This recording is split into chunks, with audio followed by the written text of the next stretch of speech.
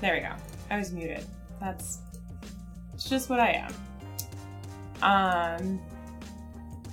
There we go. So, we did a bunch of charity streaming on Thanksgiving, and we raised a bunch of money. We raised $1,700, which is really nice. And part of that raising money was we were going to give away stuff. And the things that we were going to give away was painted copies of things. But I actually haven't finished painting two of the things we're giving away. So the first thing that we're giving away is a painted edition of Wasteland Express delivery service. And I've finished painting almost all the trucks, but I have two left. I have the bulldozer and I have the bus. And the bus has been like base coated and the bulldozer has been like mostly base coated. So those need to be finished. The other thing that we decided we were going to give away if we hit $1,500 was a painted copy of Grimm Forest. Grimm Forest, I haven't even primed yet. So I'm going to prime that with my new airbrush. I'm going to film priming it because part of the reason why I haven't done it is I need to film painting it and stuff so that I can do a tutorial series. So, this is not the camera I want.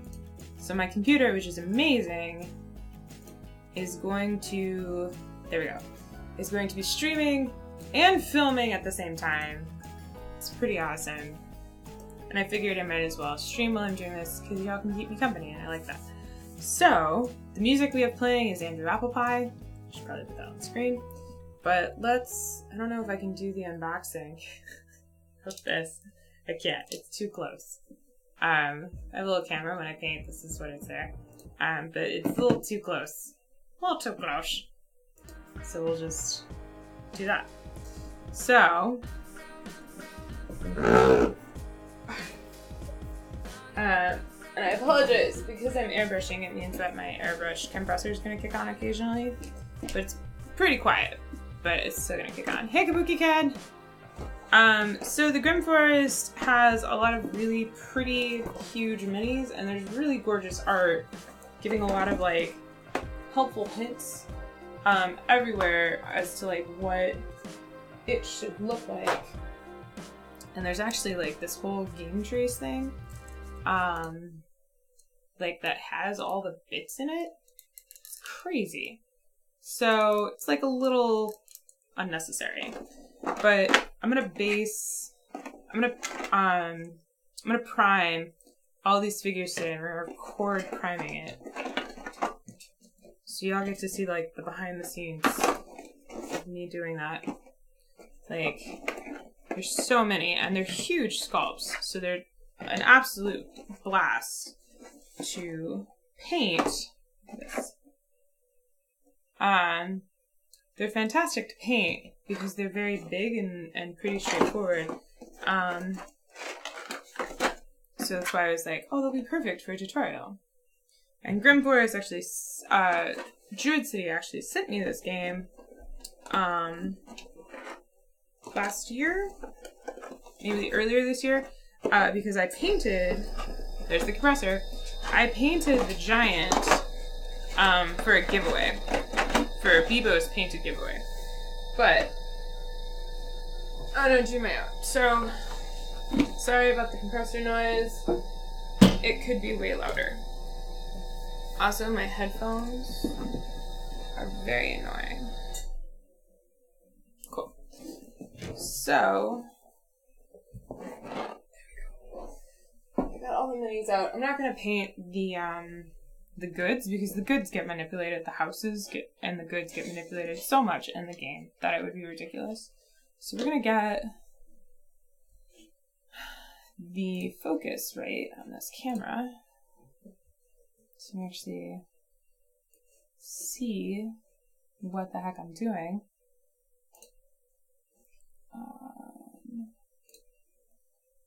But it's gonna be pretty straightforward what I'm doing with these today. I'm just gonna do what's called a zenithal priming. And you can do this with like RAL cans, which is just like aerosol cans. but I'm gonna do it with my air compressor and airbrush because I'm indoors and I can do that. So I'm gonna start recording this video now. Yeah. So I'm gonna start recording this. Oh, this camera doesn't have music on it. I'm sorry, y'all.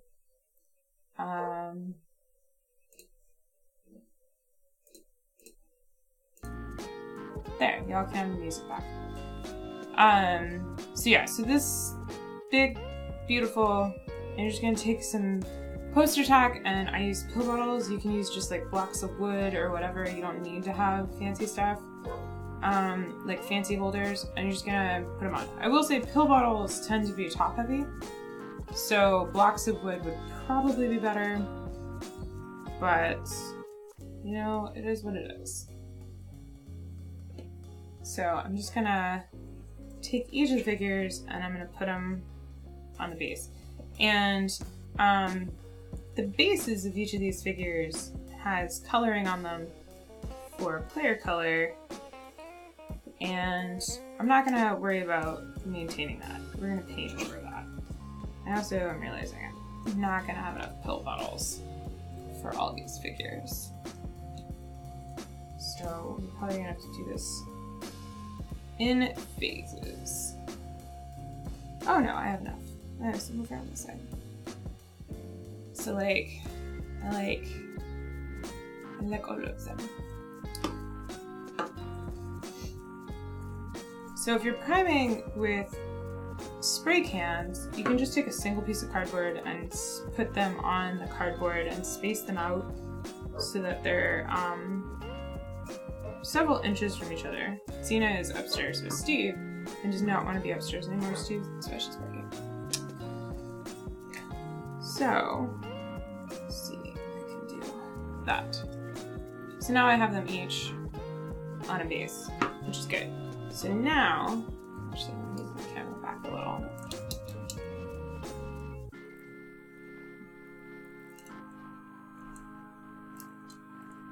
Okay. So now what I'm going to do is I'm going to airbrush them, and because the airbrush has some overspray, I'm actually going to put some cardboard down. If you're using rattle aerosol cans, you should definitely be doing this outside, not inside. Let's see, now I'm going to take a picture and tweet that I'm doing this.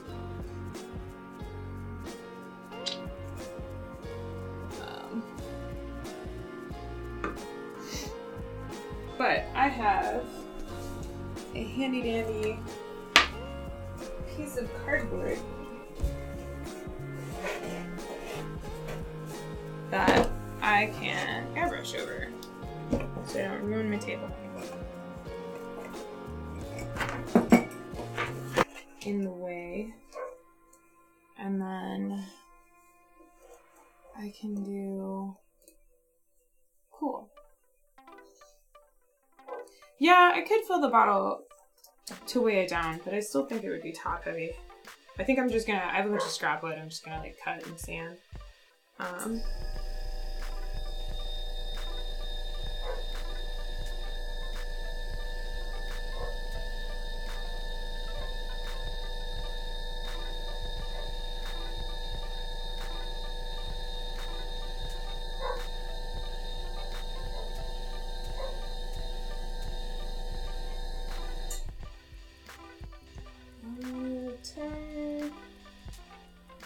Tim Eisner.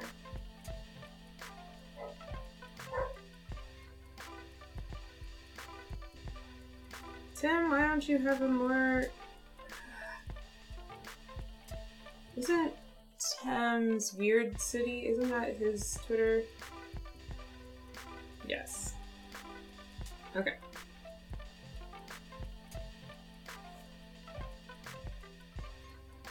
See, it's very exciting when you watch live streaming because you just see me tweeting all that. Okay. So, I have my airbrush. I have the compressor ready, and I'll probably mute the mic so the air compressor doesn't keep going and be loud and annoying, maybe. But, so I'm going to prime these all with a base coat of black. Oops. Yeah, so I'm gonna prime all of these with a base coat of black. And then I will do a base coat of white on top. So I don't have a holder, which means I need to get all my materials ready before I start. So I'm just starting with a Vallejo surface primer that's black. And because I'm gonna be spraying so much of it, I'm gonna add a little bit of either flow improver or thinner, probably. I'll try some flow improver, but like it's very minimal. So I'm priming a lot. So I'm actually just gonna be, I wish I had a bigger bottle. So if you use an aerosol can for this, it's a lot straightforward. And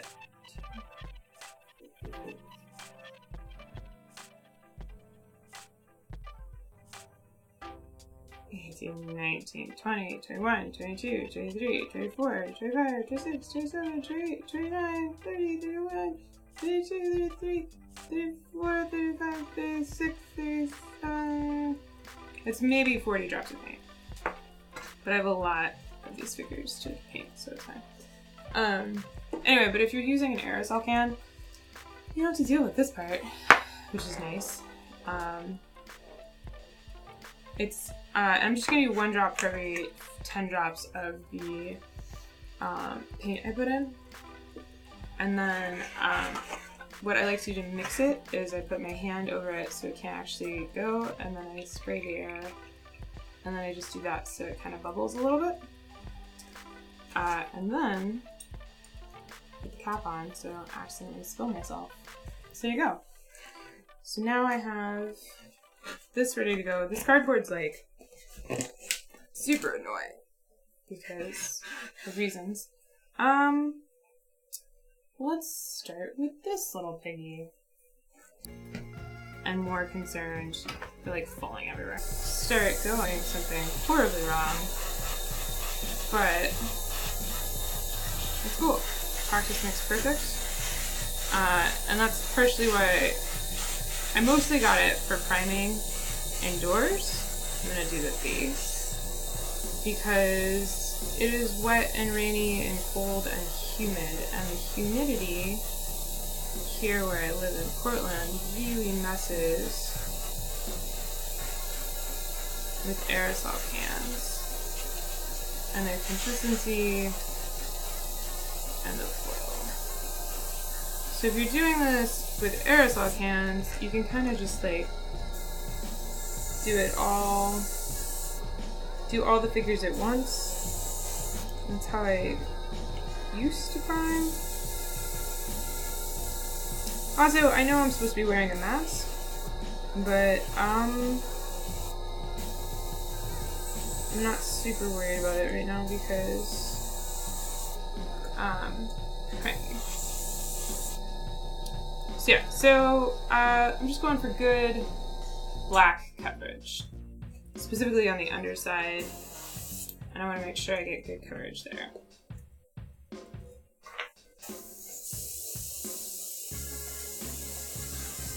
So I want the shadows to be well covered. And I don't want to overspray, which is something that's really easy to do with the aerosol cans. Like super easy. And when you overspray, you'll actually lose detail. Which is not something you want. So with airbrushing, you have a lot more control over the flow of the paint and how much paint's coming out. And you can like control distance from it, which is kind of nice. Really want to make sure. Oh yeah, see, I need a wheelbarrow. It's very tough to get it.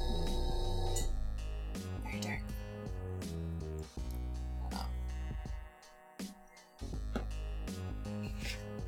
Whoa, whoa. Mix it up.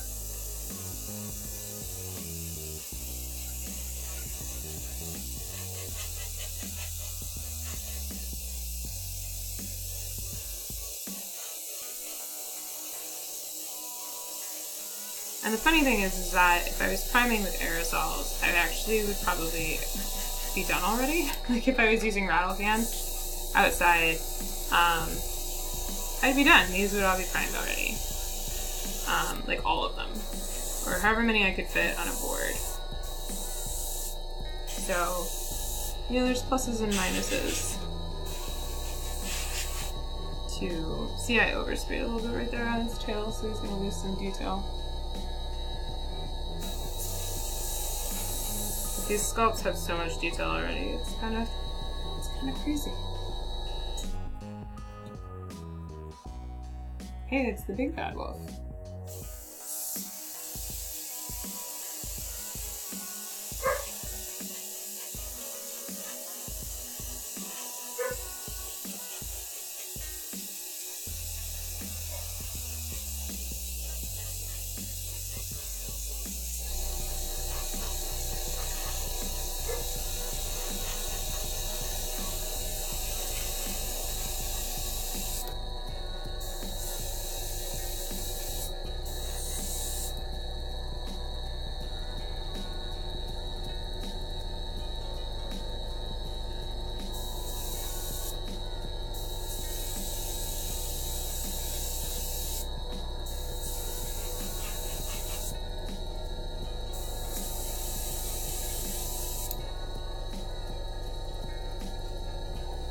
So primer is important because it gives the acrylic paints something to stick to on the plastic.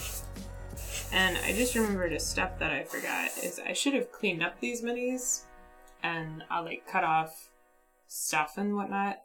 But I didn't. I should have also given them a soap bath, but I didn't. So might have some problems later on. Hey Spot Monk. These are the minis from Grimm Forest, the board game. So these are the little, in the game you play as the little pigs, like your descendants or cousins or something of the three little pigs. And you are trying to build houses. And the first person to build 3 houses, doesn't matter what type, wins. But each house type can be straw, or wood, or brick. But then there's like these cards that have like fairy tale creatures on them, and they give you different bonuses and stuff in the game, and some of those cards will put out like blocking villains on the different areas that you have to go to get your resources. So the player minis are these pigs that I'm priming. Hey Mom Gamer! So these are the player characters, and then the like bad guys that you can use to block people are like this giant and stuff. So,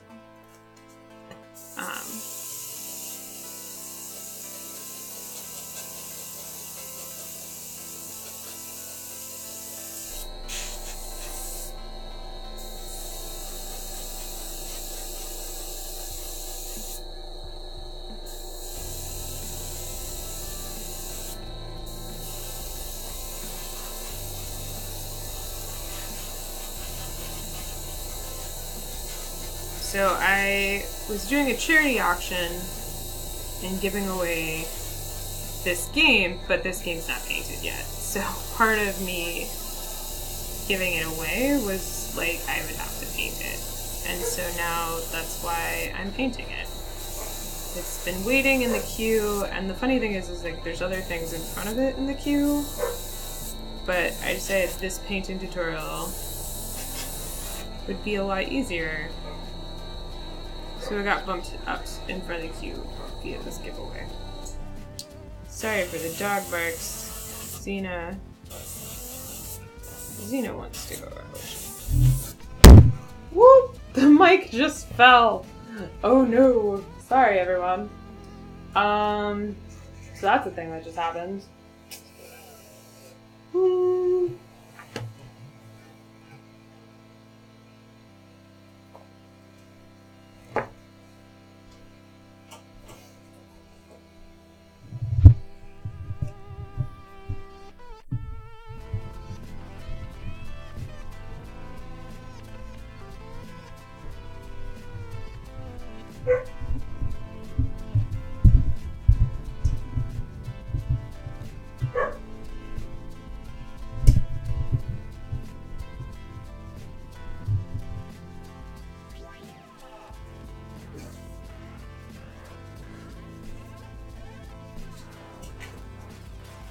Alright, hopefully that'll stay up more.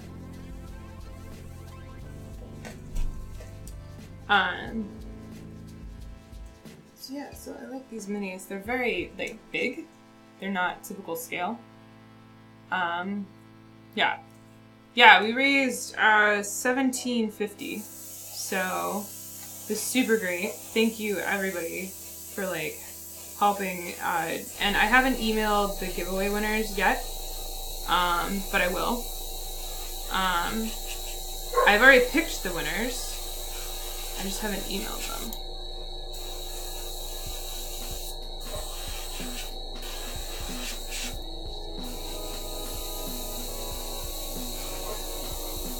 So this is one of the wolves. So in the game of Grimm Forest, you have these, it's pretty straightforward. Basically, they'll spawn, each like resource area will spawn a certain number of resources every round, and then players will like secretly pick where they're gonna go, and then you all reveal them and you put your figure on that location, and when you go there you'll divide the number of resources. These pill bottles, man. You'll divide the number of resources evenly between everybody that's there, which is great. As long as not a lot of people go there. This dragon. So, then you use those resources and do actions like playing cards or building houses to try and be the first to build 3 houses. And each house can be a different type of resource, but needs to have a foundation, a like siding, and then a roof.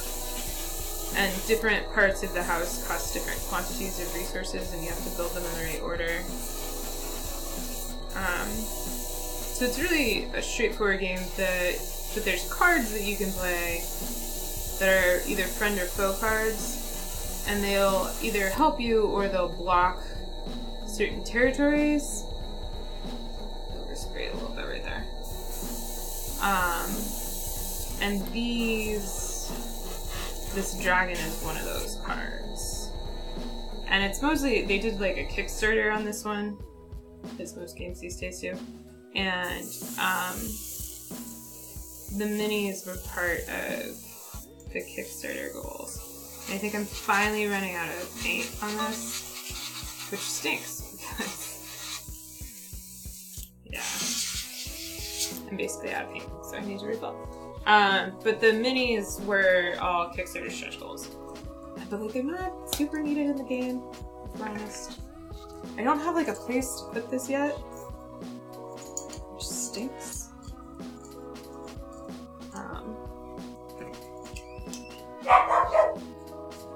So I have to hold it when I add more paint. It's not too bad to clean. I've been cleaning it every time I change colors.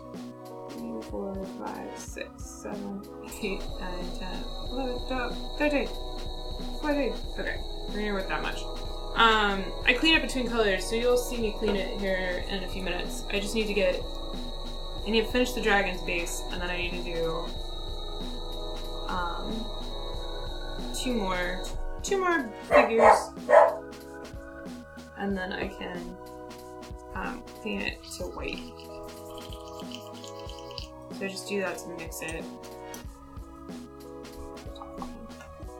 Alright.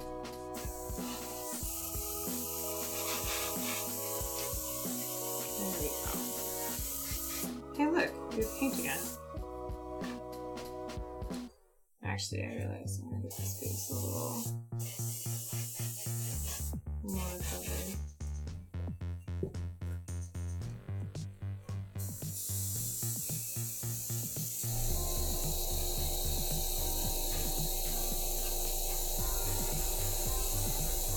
Yeah, so I've only played Grimm Forest once, and we didn't really play correctly because we were playing with a younger audience, or a younger player, I should say. So we like modified how the cards worked because the kiddo we were playing with was pretty young and couldn't read yet. So we just focused on like the resource auctioning, not auctioning, but like the resource gathering mechanic for that game. And they really enjoyed the game. And it was okay, and I definitely could see that the cards were a requirement for that game. But we'll probably play it fully painted, maybe, I don't know. Depends on how long it takes me to paint it, because the winner is just, the person who won this copy is just gonna be like sitting and waiting for me to finish painting it, and then if I'm like, hey, I want to hold on to it so I can stream, I think that would be a little weird. I don't know, I'll ask them. But I haven't emailed them yet. I haven't emailed any of the winners.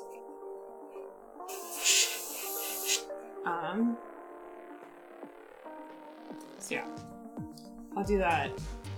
I should do that later today.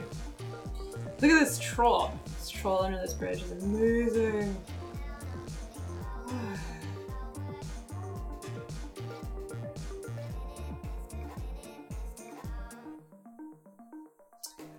The paint for this is, it's a special airbrush paint, but you can use normal paint within it.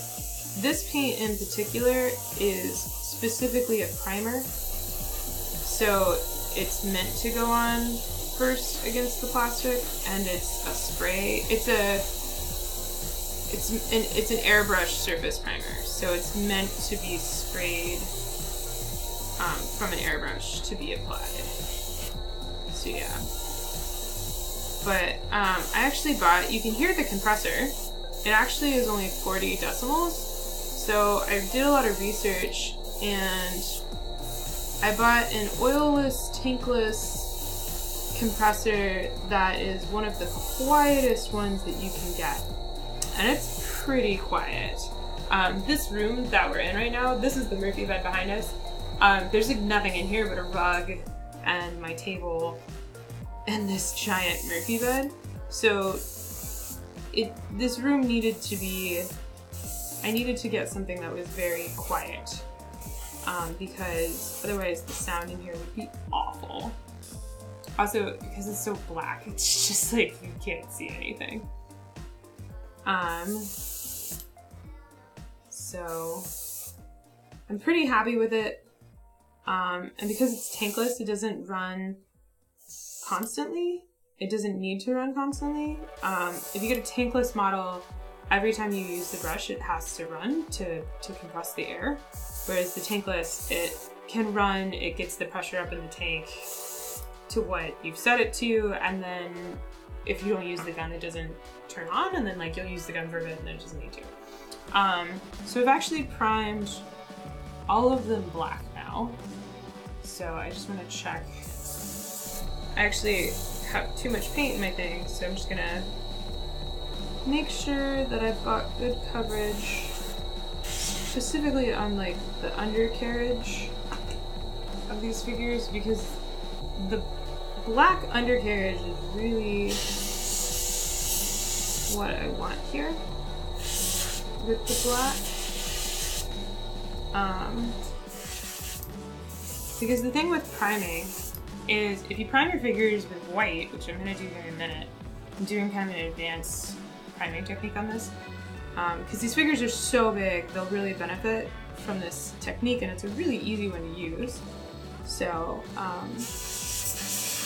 but if you prime everything black, and you really make sure you get the undercoats black, if you miss a little section of paint, later on, it'll just be black underneath. It won't be like white or something.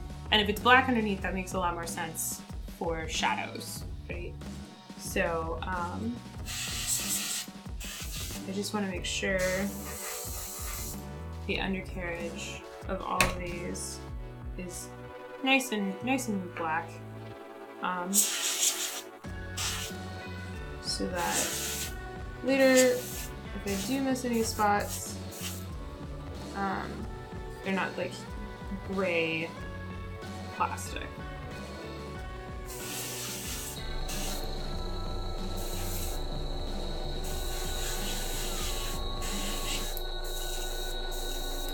And I'm running out of paint, which is perfect. I want to run out of paint because I want to change colors.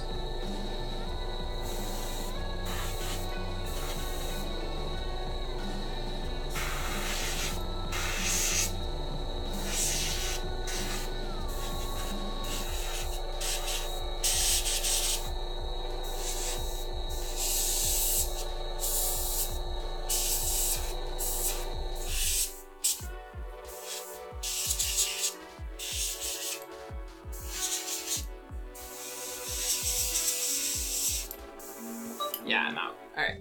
So, I'm out of paint. Which is fine, because we're gonna clean it. So, there's like special pots that you can buy to clean these. And I have one on order. And it should be arriving soon. But in the meantime, you can easily make do with water. So you can buy a special airbrush cleaner, which is good to have. But you still want to dilute that cleaner with water. So, and then you're just going to spray it out. But what I like to do first is I take some water, so this is just water, and I pour it into the cup. And then I'm going to do bubble and troil. So I'm going to hold my finger over it and just let it bubble a little bit. Just kind of like get everything wet. And then what I do is I take that water that I just like mixed up with paint, I just dump it into another cup. So you can see it's much cleaner now inside. And that was really easy. And then I do it again with less water. So not quite as much water. And then I do the same thing. Bubble, bubble, toil, and trouble. Right. And then I'm gonna add some, I don't know where my airbrush cleaner is. Okay. It's fine. So then I can dump out some of this water, but I don't want to dump out all the water because I'm actually going to spray it. So then I'm going to spray it in my like waste cup and just get it all out until it runs clear. So then I'm going to put more water in. And this time I'm not going to do the bubble, bubble, toil, and trouble. I'm just going to spray it. And I'm trying to get it so that the water that comes out is clear. And then I have a rag. So when I think it's getting clear, I have a white rag, and I just pick a spot on the rag, and I spray it, and because it's white, I can see it's clear or not, and it's clear, so I'm good. So I'm going to dump the rest of this wastewater in my waste cup, and then I'm just going to take the rag, and I'm going to clean the pot. And that's it. And it's cleaned. You can buy airbrush cleaner, which is a chemical, and you can mix it with the water when you spray, and it does a much better job of cleaning, but I don't have that, and so for right now this works really well. Because I always make sure to clean it immediately after a color, like it's fine. So, now I have a lot. I'm gonna check out on chat, because there's a bunch of you in chat. Hey Nathaniel and Blacky. The primer coverage on my fingers is a little spotty. Yeah, I could be doing better on the fingers. Cool, so now what I'm gonna do is I'm gonna prime everything white. So, hi Spot Monk, thanks for watching on Thanksgiving.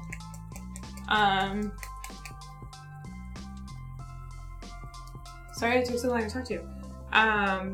I'm glad you could make it. So what I'm gonna do now is I'm gonna prime these all white, and I'm gonna do a method called zenithal priming. So what this means is that basically we're gonna take the figure and So I have a light that's like up above, and it's producing a lighting effect. And so basically we're gonna prime the figure directly from kind of on top and 45 degrees like here with just white to simulate what it's like for the light to hit it.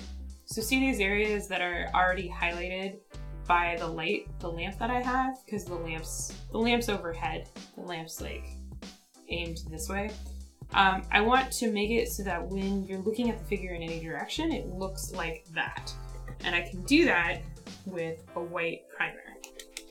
And this will make painting a lot easier because it'll like add a highlight automatically to the painting that I don't have to go back and add myself. This cardboard is super wobbly, don't worry about it. So I'm gonna load up just this white primer. 7, 8, 9, 10. I'm gonna put in a lot because I'm doing this with all of them. So normally I would count these out, but kind of eyeballing based on how much black I put in. This should take less paint than the black. Would someone with asthma surprise an airbrush? You should be wearing a respirator. I should be wearing a respirator right now. 2, 3. I have a little respirator face mask, but I didn't want to wear it because of streaming. But I should be wearing a respirator. And this room could be better ventilated. There are precautions that you can take, such that if you have asthma or breathing conditions, it would be doable. This cardboard's knocking everything over. I'm gonna mute it because the dog is barking. But basically, you're gonna see me airbrush basically the figure directly from above, and then I'm gonna hold consistent at like a 45-degree angle around the figure. So I'm gonna mute me talking, but the music will still go.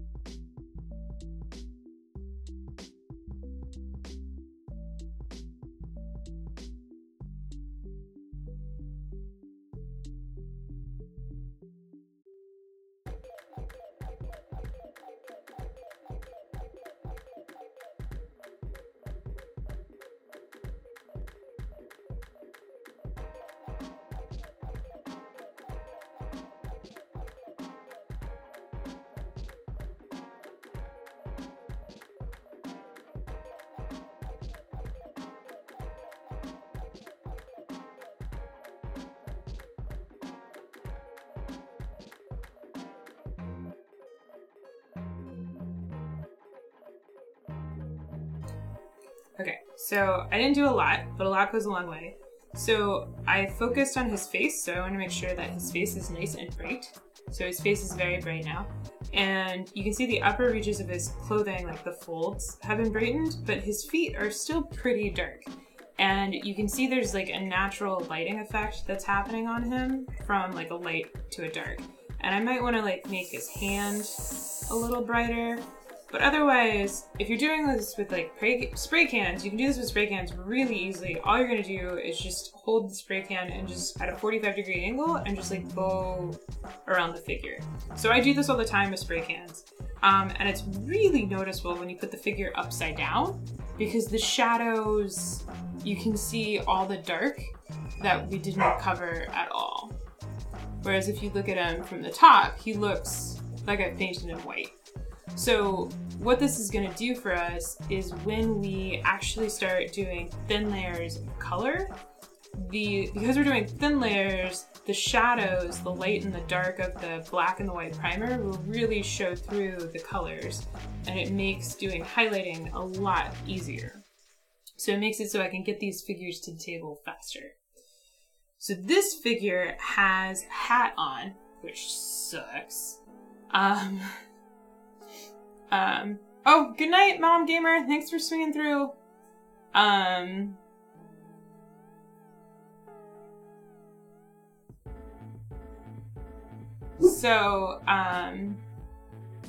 This one's gonna be kind of tough because the hat would directly block her sun. So I'm gonna try and focus a little bit on her face.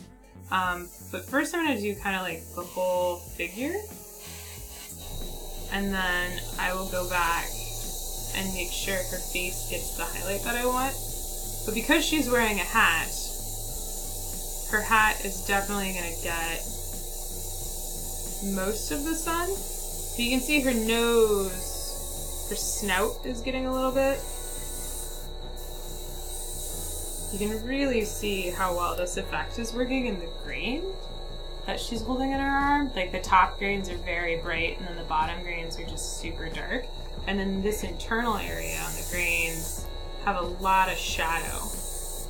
So I just want to make sure her face is bright, which is a little unrealistic for sunlight, but I want to make sure that her face gets good brightness, because the face, you want to draw the attention to the face. And then the top of the scythe, I really want to make sure is white as well, because it's going to be a metal and it's directly straight up and down. So you can see, okay, so this figure shows the effect a lot better.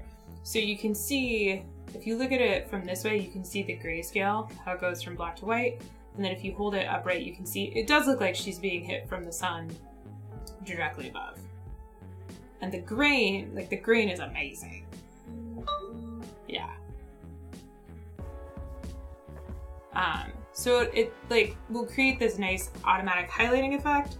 And when I go over it with the primary or the base colors that actually have color, it'll do an amazing job. So that one looks amazing. Let's go ahead and do another player color, or player piece. So this is the one carrying logs of wood. So he doesn't have a hat, so this is gonna go pretty fast on him. But we just want to make sure. Yeah, I also pulled the trigger a little fast on that one.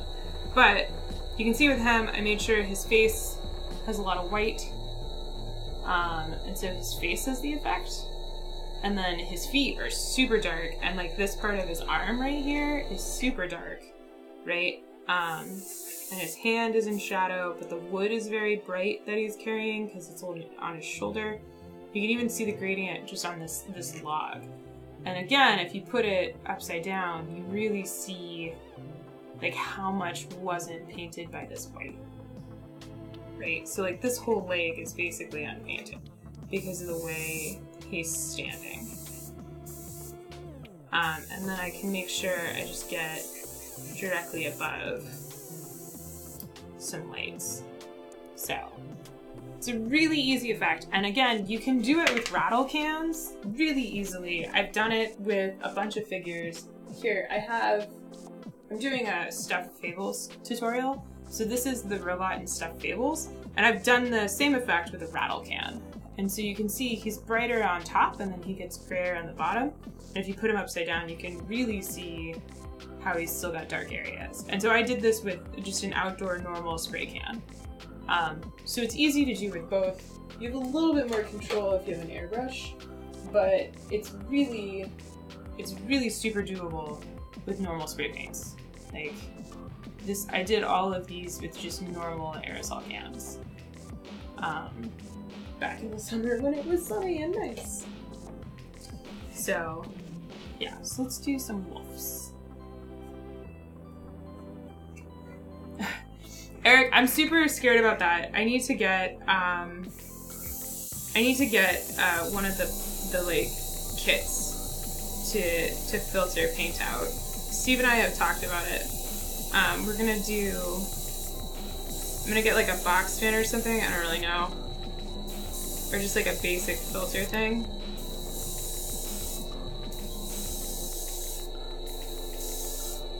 I like it. There's so much detail, and that's the other great thing about this technique, is you get so much detail that comes back out on the figures. So like I didn't notice before, but the wolf is standing on top of like a bunch of bricks and grain and like straw and wood, because he's hoarding it, basically, he's protecting it. But I mean, look how nice of a gray gradient that is. And you can do that with spray cans. It's a very simple effect. I just really want to make sure I get their faces very, very white, because I want the face to be the most prominent. So like, well, technically, if these guys were directly under the sun, their backs would be the brightest. So in this one, I've accidentally gotten a little brighter than his companion, but that's okay, because it just means that they'll have like different tones of gray when I paint them. So, Cena's being a brat today, which means Ichi's being a brat. So here we have another one with a hat. It's a basket and a hat.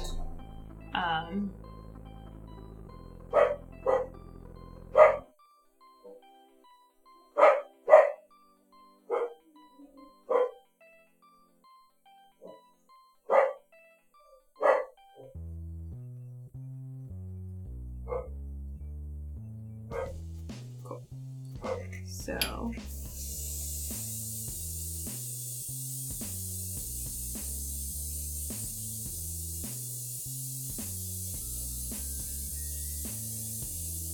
is another hat. So the hat's going to be very bright.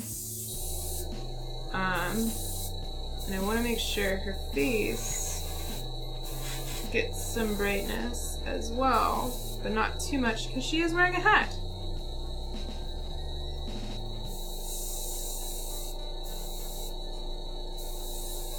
So yeah. It just brings out so much detail. This is my favorite technique. Oh, hi, Steve.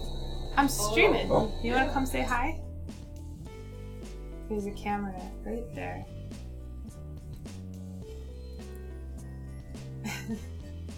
Are you eating grapes? Oh, Ichi, hey. Can you... What is your dog on about? Squirrels. Oh, okay. Would you like Ichi to be in here with you? No, because she'll just bark. Don't close her in with me. She can stay in or not. She can push the door open. She knows how. She was fine. Your dog's the one causing the stuff.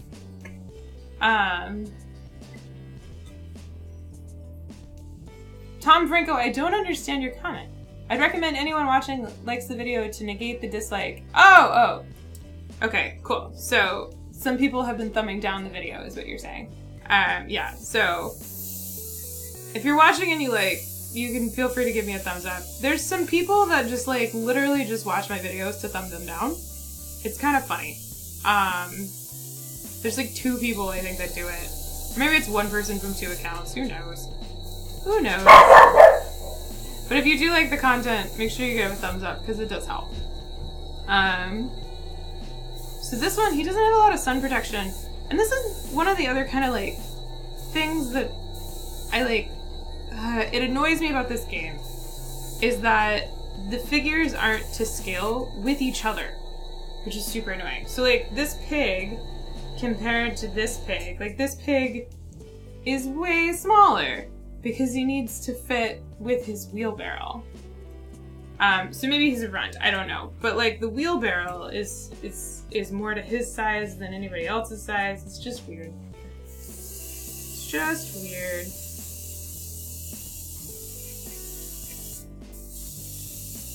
Am I running out of paint? Nope, not yet. So he's a giant. Ooh.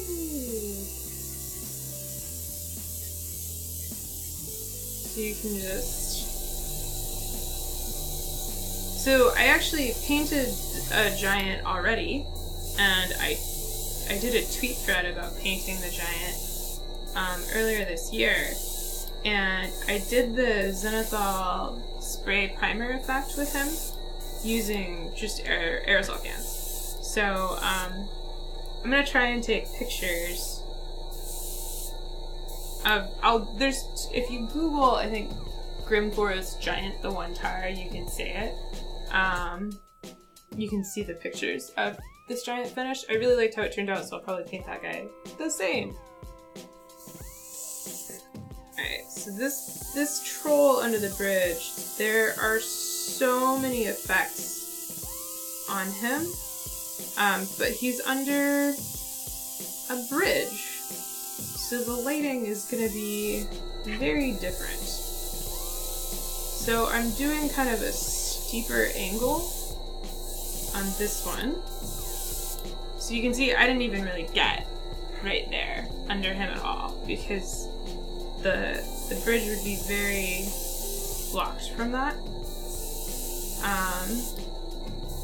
But his face, and then just come in close. His face I've gotten a good amount, but I don't want to over prime the white too much on the under area because he's meant to be under a bridge. So there you go. So the top of the bridge is very bright, and his face is very bright, but everything else is pretty dark, which helps really make those details pop. Alright, last one, the dragon. So the dragon is another one where it's like, didn't really keep everything to scale. Like, did I run out of paint? I ran out of paint on the last one! It's always how it goes.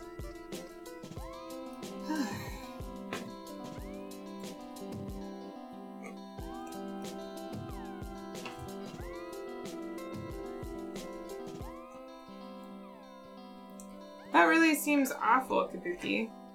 What a waste. When you return items, they just like throw them away. Alright, so I don't need a lot of white because I'm only doing one dragon. I'll just put in the tiniest dot that's thinner.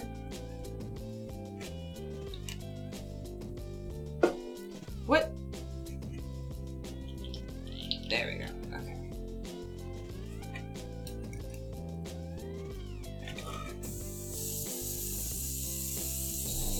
Alright. So like the dragon, as I was saying before I ran out of paint, the dragon is not to the same scale as the other minis, which frustrates me. But the dragon I'm gonna go kind of more on high. I gotta give it a minute. I've sprayed too much. My compressor is out of paint. Well, it's out of gusto. But I'm also out of paint. But I think I'm actually pretty good. You run out of paint really fast. Only a little bit. So there's a lot more detail on him that's now visible, which is pretty sweet. So here we go. This one I still want to be brighter, but I think I'm not out of paint.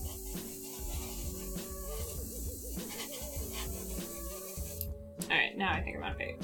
So there you go. So I primed all of them.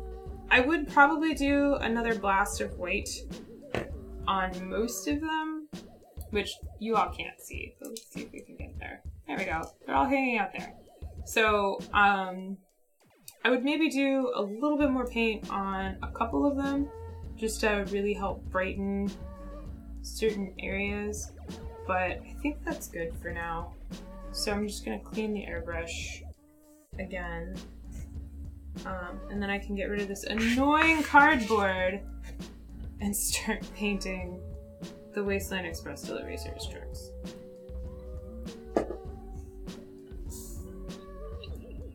Bubble, Thailand travel. It's like making chocolate milk. It's my favorite part of this entire experience. The camera's not even on it.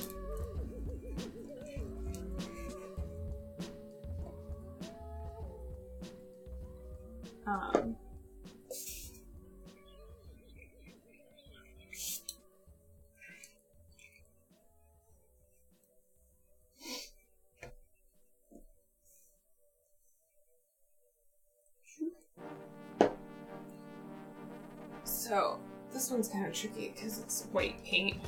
So to see if I've cleaned it all, I can spray on a part of the rag that's already painted.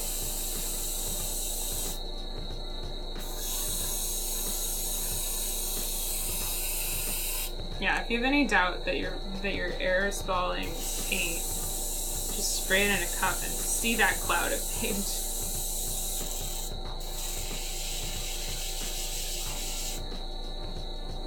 Cause yeah,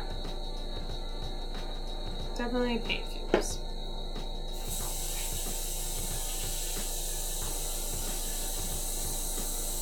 Cool.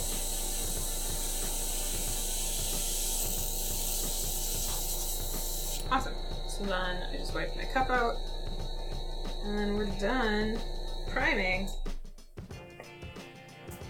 So because I'm doing a tutorial series on how to paint the Grimm Forest figures, and I want them to be beginner friendly, I'm not going to airbrush anymore on those figures. I am done airbrushing the figures. I really just bought... The airbrush is more to help me prime inside because it's rainy and humid here in Portland. And I run out of... It's so humid, I run out of priming days really quickly. So now, we're just gonna switch to good old-fashioned paintbrush and palette.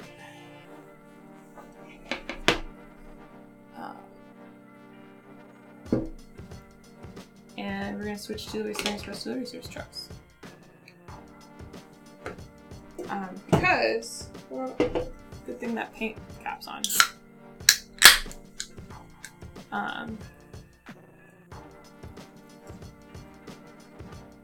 But I have a new wet palette. I'm not sure it's gonna work for stuff, but we're gonna try it. And I recently tried an experiment where I painted an entire figure with a size 2 brush. And it actually worked really well. So I'm gonna try and do the same thing today. So, the Wasteland Express Delivery Service trucks were also something that we gave away at the Games Giving stream, and most of them are painted. And I've actually streamed painting most of them. So, now I just need to finish it. This is another one where the trucks aren't to scale with each other. Because, like, look at this semi in relation to this bus. Like, but it's okay. So I have the bulldozer and I have the school bus to finish, and then I'm done. So the school bus, I actually airbrushed some yellow base on the other day because I was experimenting. So now I need to just paint all of the bits and bobs. So there's a bunch of stuff on it that I'm gonna paint. I'm also just like messing with my colors. that's awful. I think the white balance is my problem. I'm just gonna mess with my colors to get each my man. Stop recording now. Did it seriously not record that entire thing? That sucks. Alright, anyway. Cool, so we're gonna paint all of the bits and bobs of the truck. So there's like a bunch of stuff strapped to it. And then we're also gonna paint, the bulldozer front is pretty much done, but there's like lots of bits and bobs on this that need to be painted. So, because they both have lots of bits and bobs that need to be painted, I'm actually going to paint them at the same time, and that way I can switch between them for layering purposes. So the first thing, I want to paint this like huge area on the bulldozer, and I think it's like it looks like it's an old, like maybe container ship, like maybe a small container that's been like put on a trailer. Not really sure what it is that they're pulling. So we're just gonna paint it.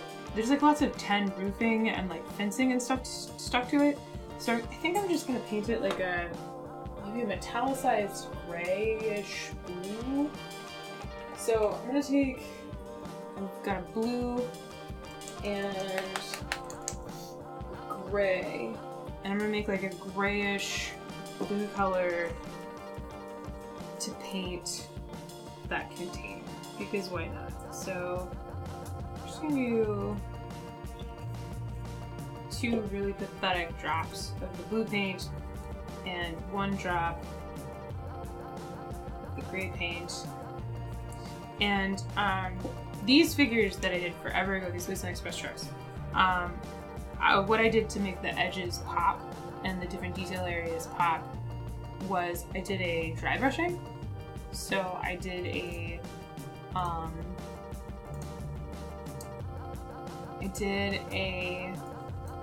black prime, and then I used a white dry brush to really bring out all of the edges and highlights on different areas. So, and I'm using Reaper, so I'm gonna thin it. Usually do 1 drop to every 2 or 3 drops of paint. There's like 3.5 drops in here. Nice.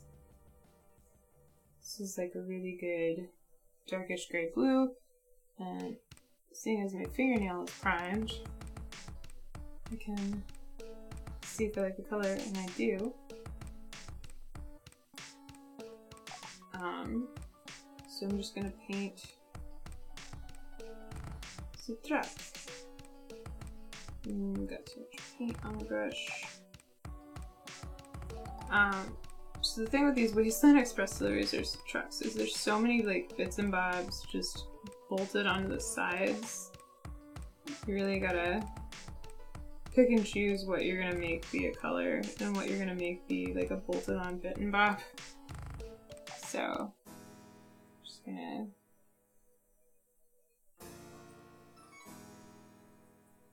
do that, and I thin this paint a little too much. Should have done 1 less drop of water. But it's fine. It's kind of spreading almost like a wash. So I'm just gonna be kind of strategic with my brush strokes.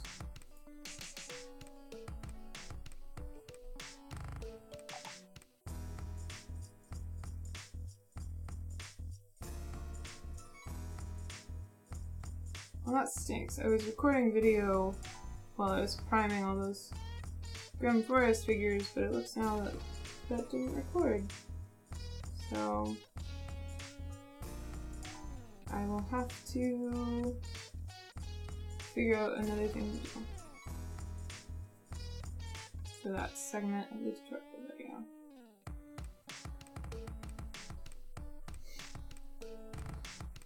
So there's lots of panels bolted onto the outside of whatever it is this is supposed to be. Wow, this brush is already spreading.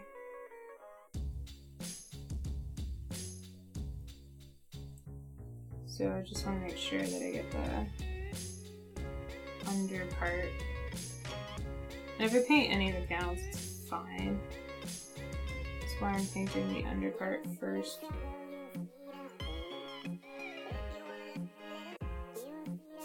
Just want to try and avoid the bulldozer.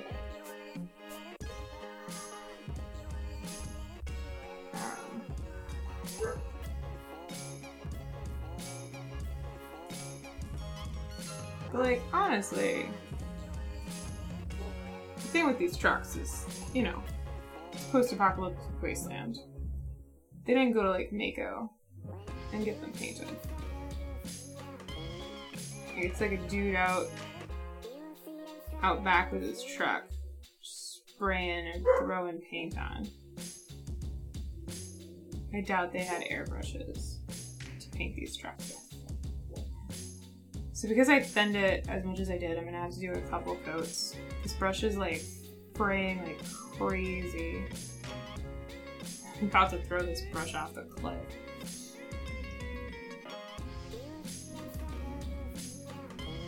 I'm gonna have to figure out a different lighting solution. It's not capturing. Alright, I cleaned my brush out to try and help. Let's see.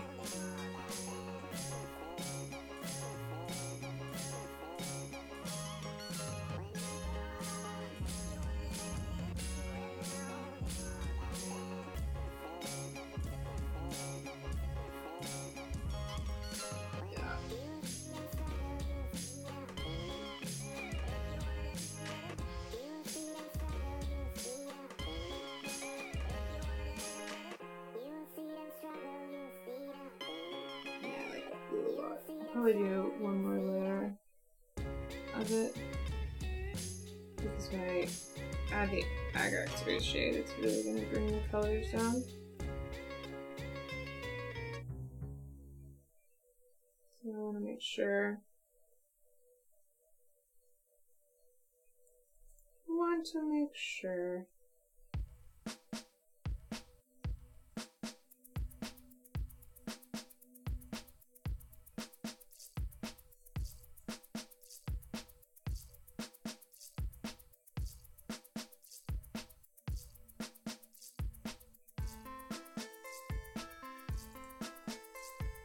the color stays, like, keeps sticking out.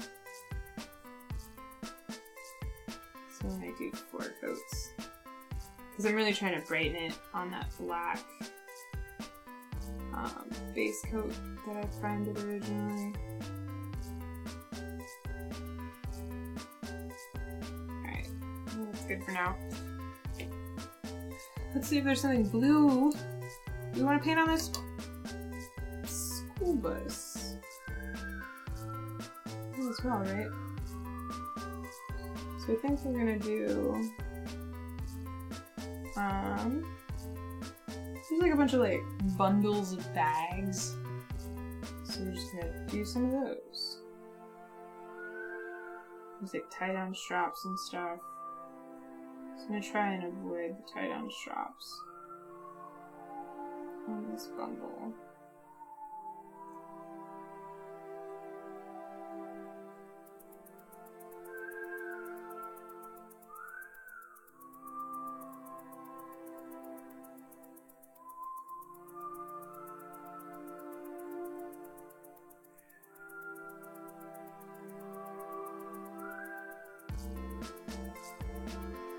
Do a couple bundles with this blue. This one's a crate that's got a tarp on it.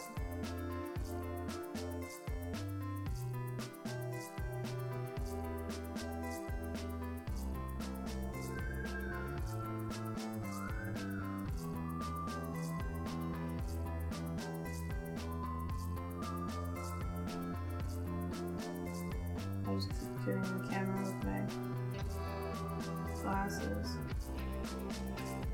Yeah, this brush is driving me nuts.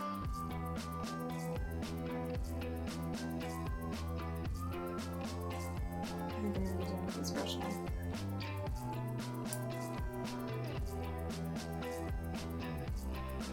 That brush can die. Okay, let's switch to this one.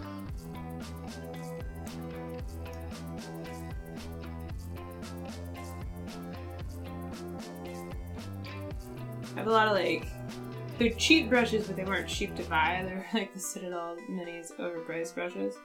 I need to slowly start replacing with better brushes from like an actual craft store. I have a couple, and they do very well.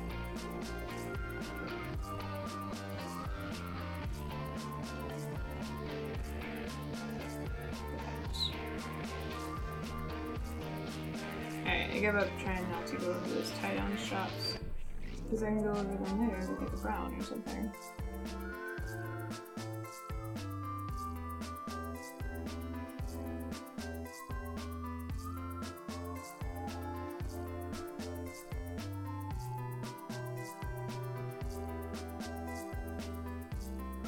So I'll just go back to the first bundle I started with.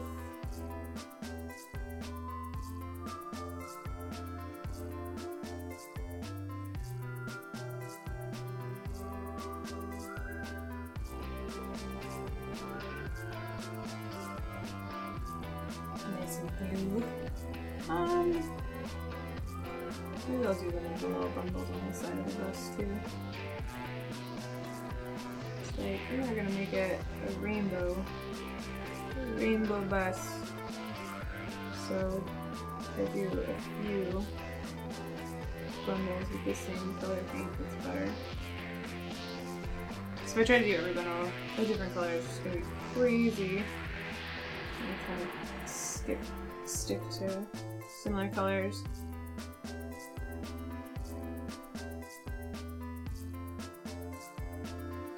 And like that side. And like that right here. And punch up the top.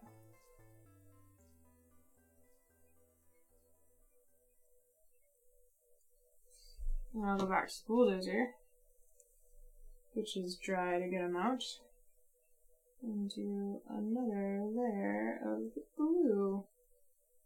And now it's like really popping.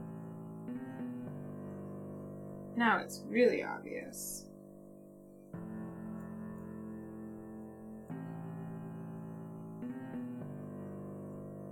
Which is good. That's what I want.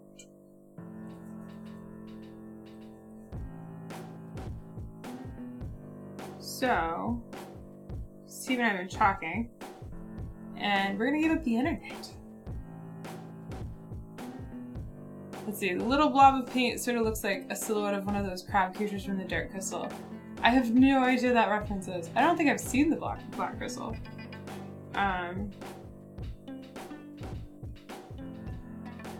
That's funny. Worcestershire, or not Worcestershire. Is it the worst, whatever that test is, the inkblot test?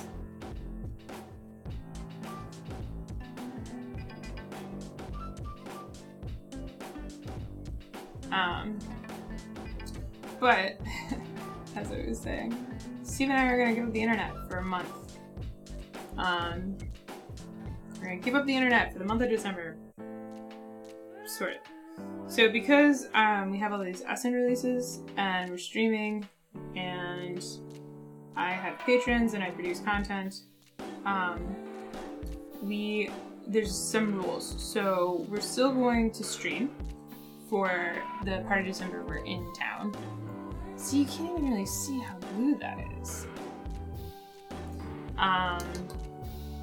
Anyway, we're gonna stream for the part of December that we're in town, and I'll still be doing uploads and Patreon posts, but we won't have like, no, we're not, I'll like tweet, but I'll tweet from a third-party app, so I don't actually get the like news feed feature. I'll just get kind of the comments and replies so I can answer questions, and then I can schedule and tweet things from it. So like you'll have updates on when we're streaming and like what's gone live from past streams and things like that. But we won't be, I won't like be able to just like Google recipes or sit on YouTube and watch videos for forever or like surf Instagram. I'm gonna uninstall Twitter from my phone. We're gonna give up the internet, yeah. So, we're gonna be allowed to use Google Maps because that's important. But I'm gonna log out of Facebook and make my password for Facebook like super hard to remember. Like I won't be able to remember it, I'll just have it someplace. And then we'll, I'm gonna log out of Twitter and I'll uninstall Twitter and Instagram and whatnot from my phone. So I won't have any social media apps on my phone. We're not gonna do any like online video games or gaming, and we're gonna take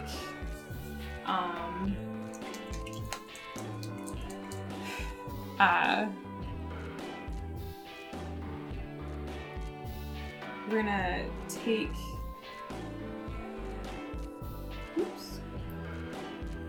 What was I gonna say? We were gonna take something. Oh, we're gonna restrict how many like just like movie nights we can have. So we're only gonna have 2 movie nights a week, and it's basically like we can watch something for 3 hours or whatever. So we could watch. We've been watching the Avatar or Doctor Who, like, but we can only watch it once a week, so we don't sit and binge. We're basically just reducing our overall screen time, and I'm doing it to try and get my screen time usage back to just work. So like this stuff. This is work. I'm working right now.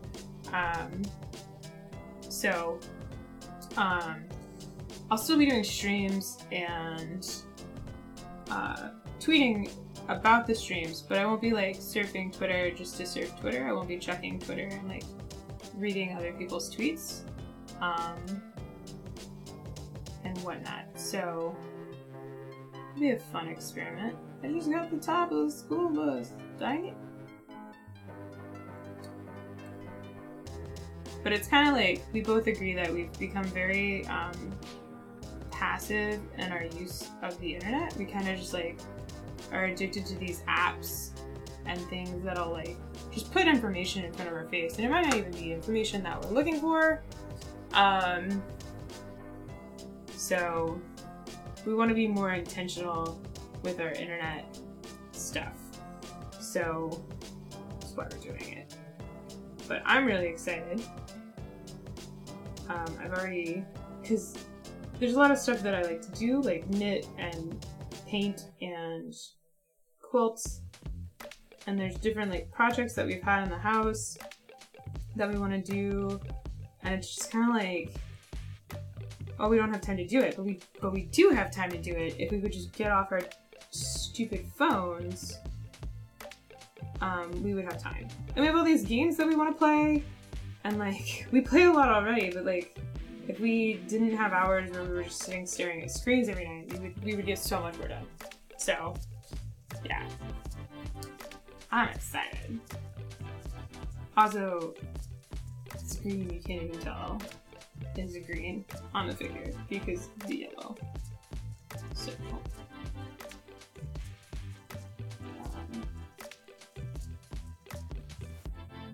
just doing multiple coats of this like kind of army green. It's just a gray green. It's the same thing I did with the blue, where I mixed the green with I mixed the green with the gray. Same way I did that. So I'm just doing some packages, some bundles. And on this one, there's like more metal than there is anything that would be this color. So I'm just gonna paint one of these pieces of sheet metal this color, because maybe they like stole it from a sign. You know? That's what we're gonna say. They found this sign,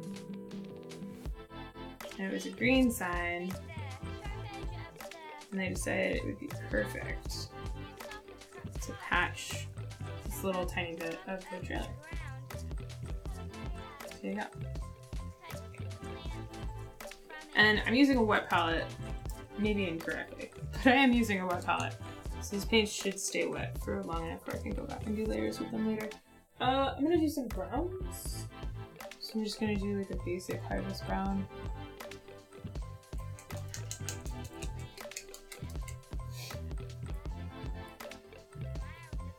Yeah, Amy, Steve is on a few Reddit communities that he gets sucked into for a video game that he does, and I get sucked into Twitter and YouTube really bad.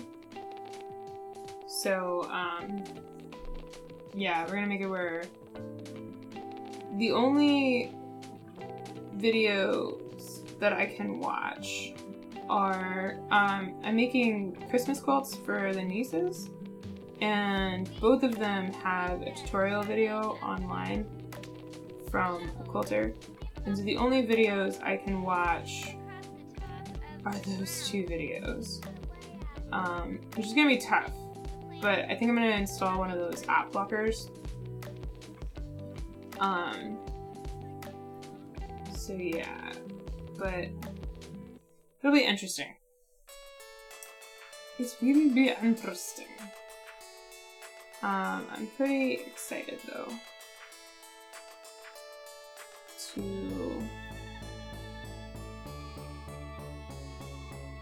be more focused.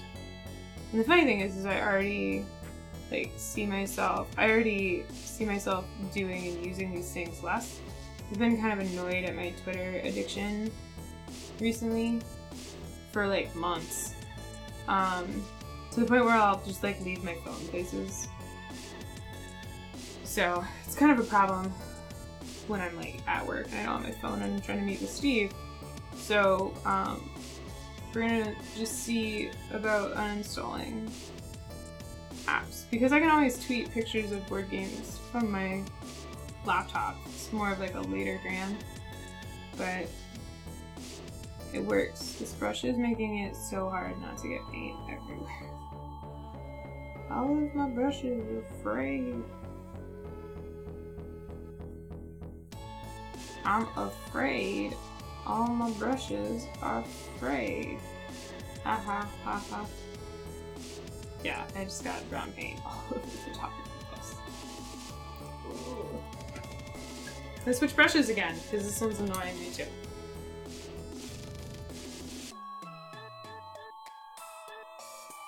Like, my kingdom for a good brush. I'm just gonna use this like super big, has a good point, maybe. It's a size 5. That's ridiculous. Use it anyway.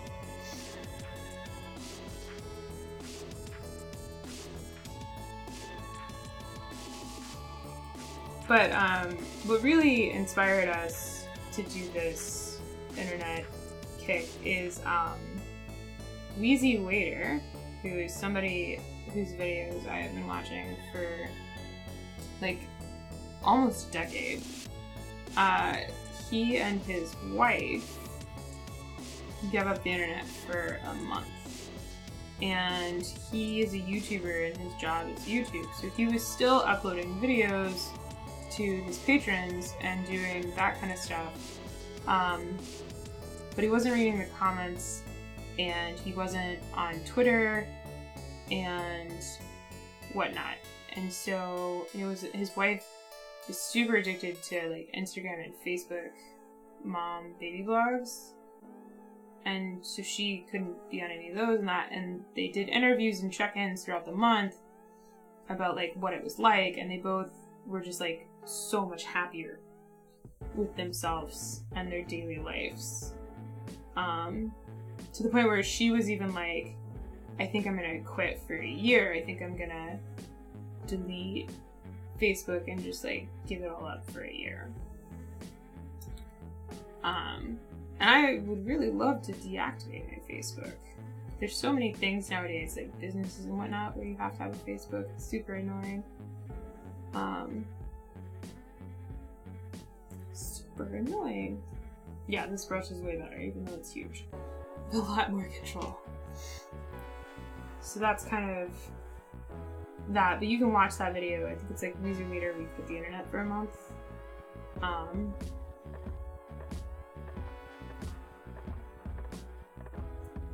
But yeah, that's why we're doing that. My watch later playlist is gonna be epic. Well, but like I won't do it because I won't be online. I won't go on Twitter to even like see, or I won't go on YouTube to even see like what I could watch later. So, yeah.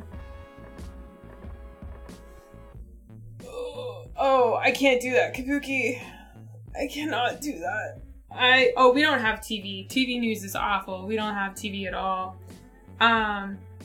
I have an addiction to Twitter. Like, straight up, if I use my phone for anything, I will check Twitter. Like, if I'm like, oh, what's the weather today? I'll pull out my phone to check the weather, and I'll just swipe over and hit the Twitter app and look at Twitter, and then I'll check the weather when I realize there's nothing on Twitter I want to see. I'll be like, why did I pick up my phone? Oh yeah, the weather. And I do that all the time. All the time. So yeah, it's really frustrating. So that's why I want to quit that. But yeah, everybody's different. Everybody has their own issues. And that one's kind of mine, is Twitter. And Instagram. Like, if there's nothing on Twitter, I'll go to Instagram and I'll scroll Instagram. And then when I'm like, oh, okay, I've seen everything on Instagram, I'll go back to Twitter. And I'll be like, oh, is there something on Twitter now? Spoilers, there isn't. So, yeah, it's a real problem for me. I'll be like, oh, there's nothing on Twitter, so I'll close the Twitter app, and then I swear, literally the app will close, and then I'll just go and open the app again. Like, that's how bad it is. I have muscle memory for, like, unlocking my phone and opening the Twitter app. Legit thing.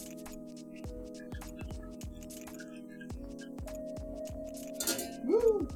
So, I only started scrolling Instagram when there was, like, nothing on Twitter. So, and I like posting pictures to Instagram, but I don't like how long it takes me to, like, type the thing out.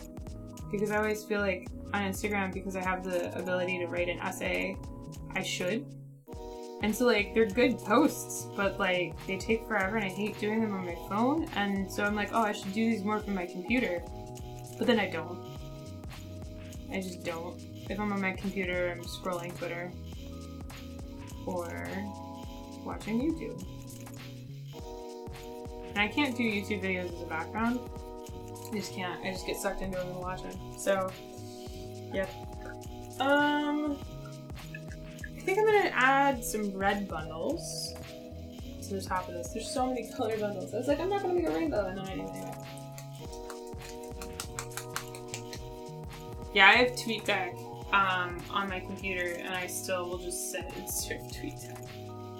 I literally will be using Twitter on the computer. And then I'll be like, I wonder if there's anything on Twitter.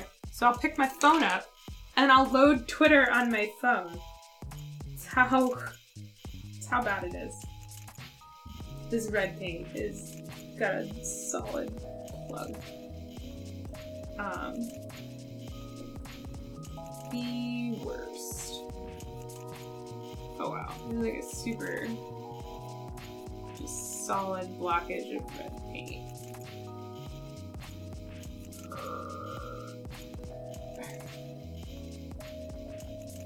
Okay, well, looks like I'm bleeding, but I'm not. It's just this red is clogging. I think this red has clogged since the day I got it. I don't think this red has ever not been clogged.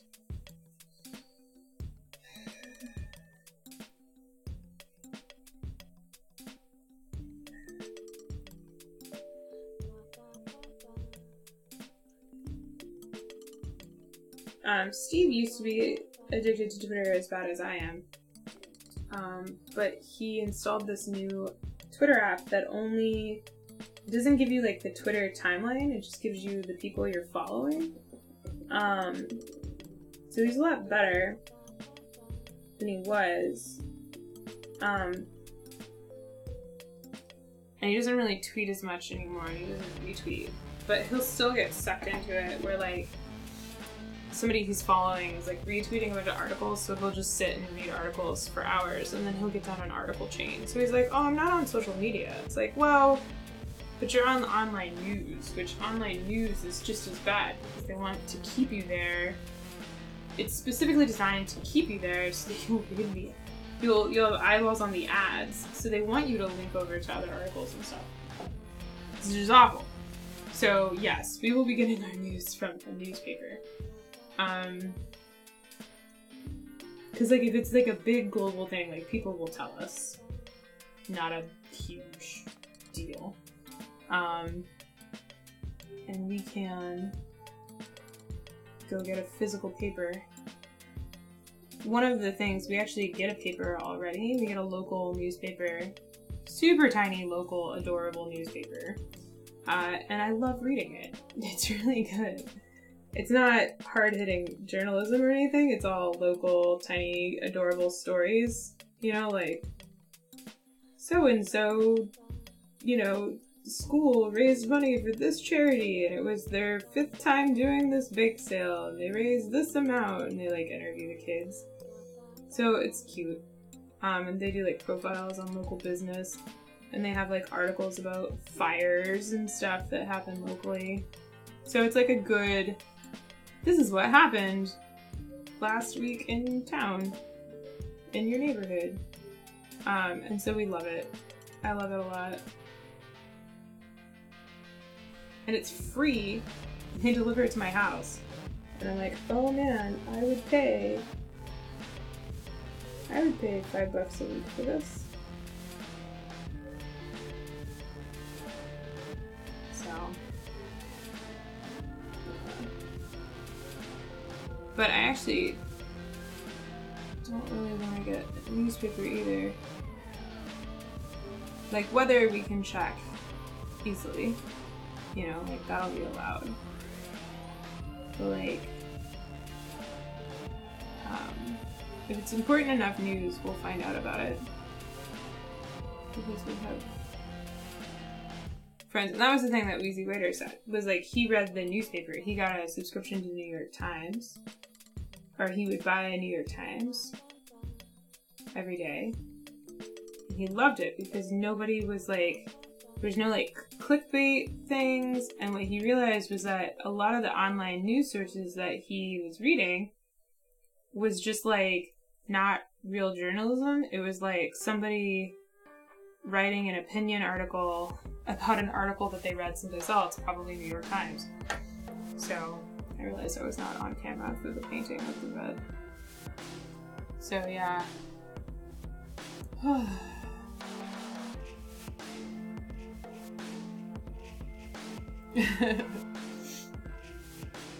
have an ad blocker as well, but still. I miss Google Reader. Back in the day, Google Reader was the bomb. I think I want to paint... I'm going to do this oil drum on the front red. And then I think... I'll do this package red. I think the bus... I think we're ready to start doing the metallics.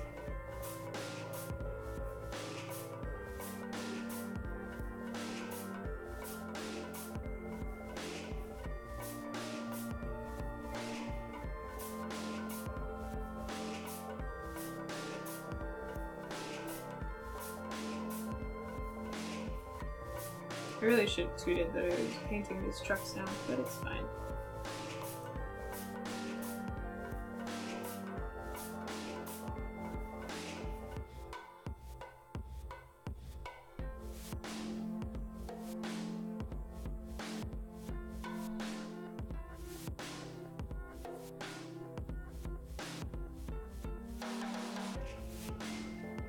Oh, and books, that's the other thing. Steve and I have a bunch of books that we've gotten over the years that we haven't read. So we're excited to just like read the books that we have. Like when we travel, Steve will always get a book and then he will read it while we're traveling, and then when we get home, doesn't matter how far he's gotten in the book, he just kind of like forgets about it because now we're on Wi-Fi again, so he can just be on the internet. Because the book gets forgotten. And then we go traveling again and he buys another book and I get annoyed because we have all these like half-read books around the house.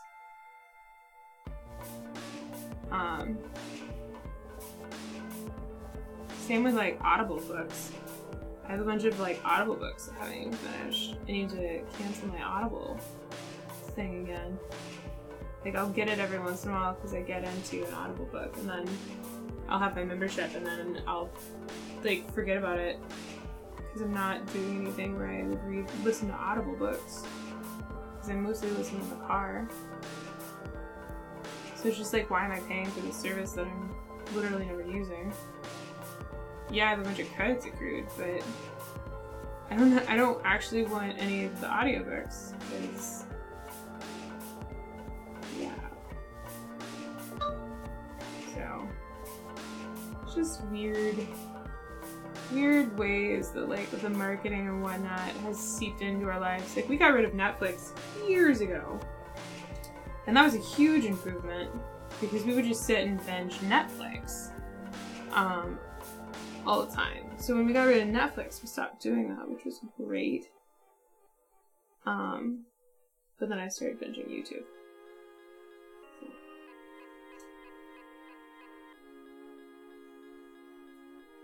mostly just want to make internet stuff more intentional. Alright. I've got most of the bundles on the roof done. I think I'm gonna do the last bundle like an off-white. Or maybe just a white.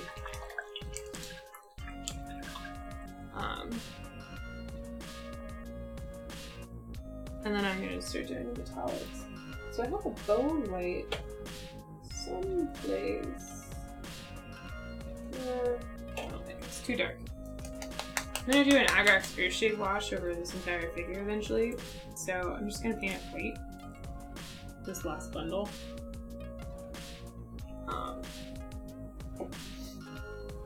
So that when I do the Agrax Spear Shade wash, it'll get super dirty. It will not look pristine and beautiful and white. It will look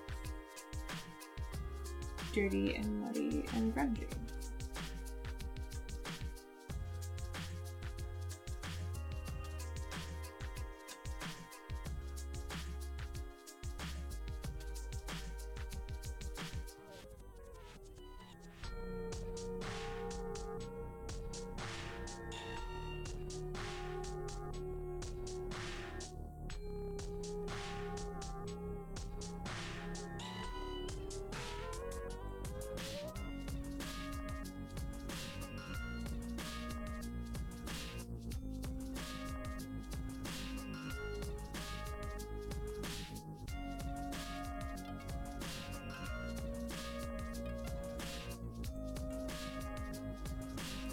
Cool.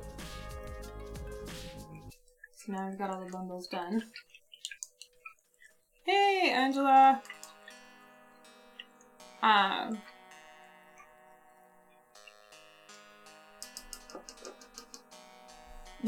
Blue is a lie, but red is real. Yeah, the blue is not super showing up. It's kind of subtle on the figure, same with the green. But they're there. I might do, actually, just another quick layer of the green and blue.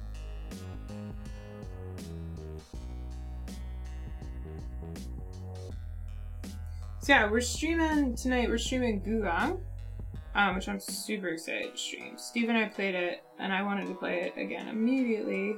I even left it set up for 2 days in the hope we would find time to play it. We didn't. So that's a bummer. But we get to stream it tonight.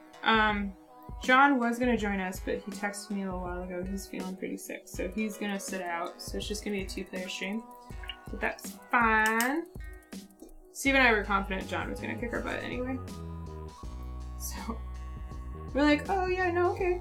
Take care of you, John. Give us a chance to not be destroyed. But it's a card-driven game, where there's different action spots. It's like way too much paint on this brush. There's different action spots, and to activate an action spot, you have to play a card to it. And if the card is higher in value than the card that's already on the spot, you're fine. But if it's lower, you have to either discard a second card or use one of your servants. But your servants, your assistants, are like your primary currency for doing any actions. So like all the actions that you do, most of them, like you have to discard or use servants. So if you're discarding the servants to be able to even do the action because you didn't have a high enough card, it gets kind of servants get tight. But there's a very interesting when you play a card to a spot, you get the card that was played there previously. So there's this like setup that you can do where you play to a spot with the intention of like eventually going and getting the card that you played back, or you know, purposely playing a card to lure your opponent into playing a card that you know they have, kind of thing. So Steve and I really liked it for that. Really like how these bundles are turning out on that. I do not like, however, what's going on over here. So I'm gonna I'm gonna dilute the red with some gray. I'm gonna do like a red sign. Actually, I'm gonna use Home Steel, which is like a dark silver. It's like a steel color, you would say. So I'm basically making a metallic red. Like a metallic, kind of turns it more pink. Not what I want, my friends. So I'll add a smidge of gray. So I now have this metallic-y, reddish gray color. It's just like a hint of red. Yeah. It's just like, okay, too much paint. But I'm gonna paint another one of these signs that's on the back of this bulldozer. It's like too thick, this paint.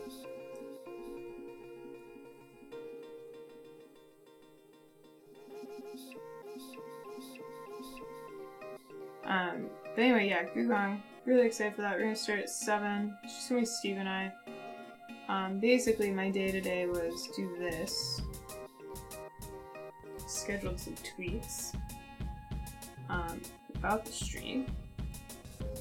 And then make dinner for the stream.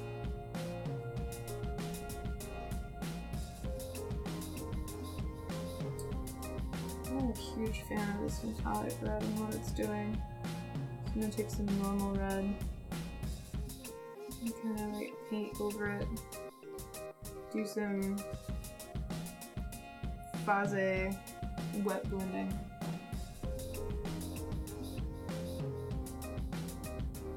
Hey, Hero Logic!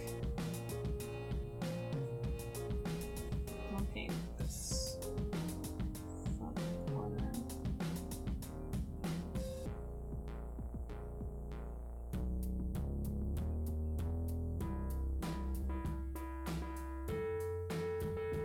There we go. I like that red a little bit more. Cool. Pretty straightforward. Like a little panel on top of this bulldozer. I'll paint red.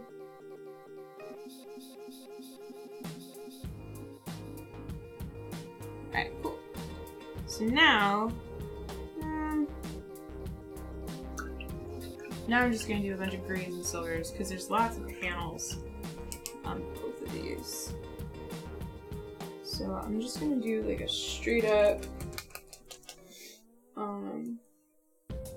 gray for a lot of the panels, and then I can go back later and do a dry brush of like a metallic to give them a metallic glint. This bus has a lot of panels bolted on over its windows. And it's got like tie-down straps. So I'll go back. The very last thing I do for the basing will be the tie-down straps, because they're on everything. But I want to make sure I get these mirrors and other bits painted. Gray color. My glasses keep hitting the thing. You need different shades of gray, but I don't really want to.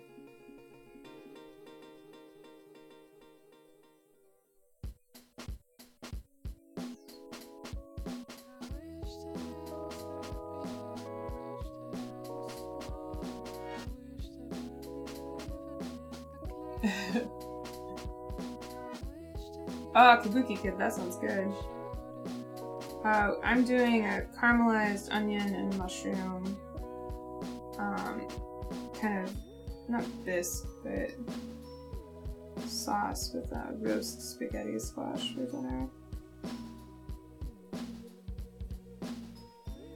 It's been cold and rainy here the last several days, so I've been using the oven a lot. My meal planning for like the whole week is just oven, everything roast.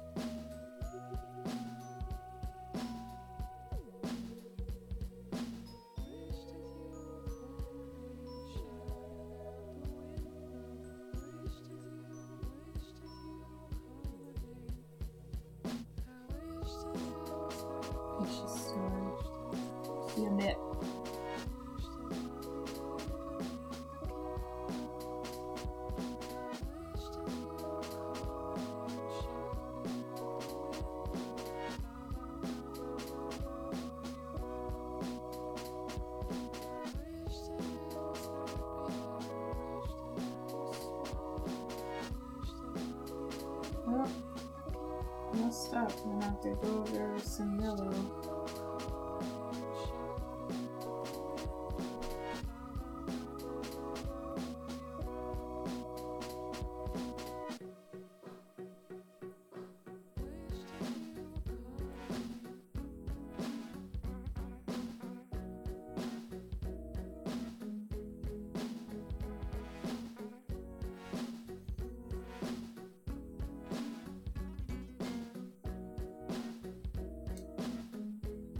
A couple grills on the front,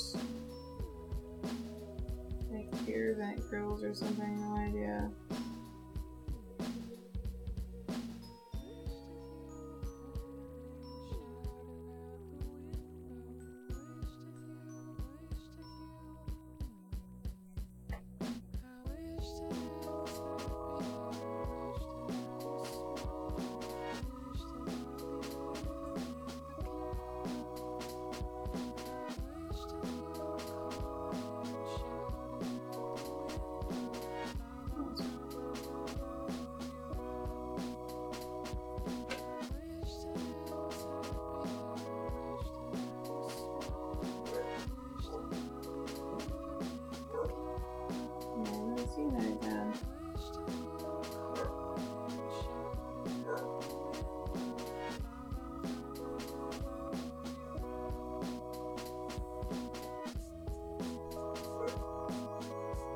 This one's got like metal corrugated roofs, tiles on the side of it.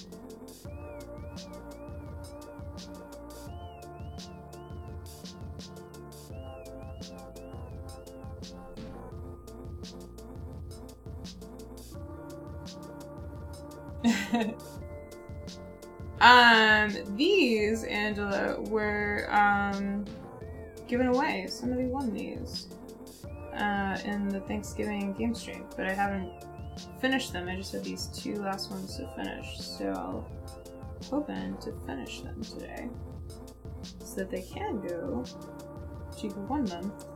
I haven't finished painting the Grimm Forest ones that were won. So this week I'm going to be painting Grimm Forest. So I'll actually be streaming all this week, I think, every day. I should be streaming something, maybe not Friday. I've got work at the game store on Friday. So yeah. The front of the bulldozer is tough. There's so much. It's gonna be like a chrome color. So I'm just kind of painting a couple of things. but I don't want to be super shiny silver.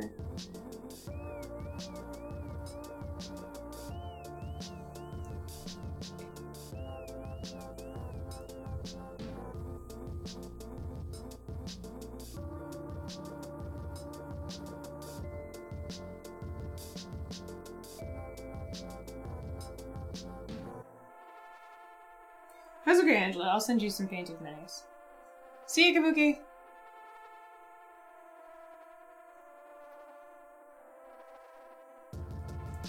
I honestly don't know how long ago. I just need to finish these trucks today. It's one of my to-do list items. Maybe another hour.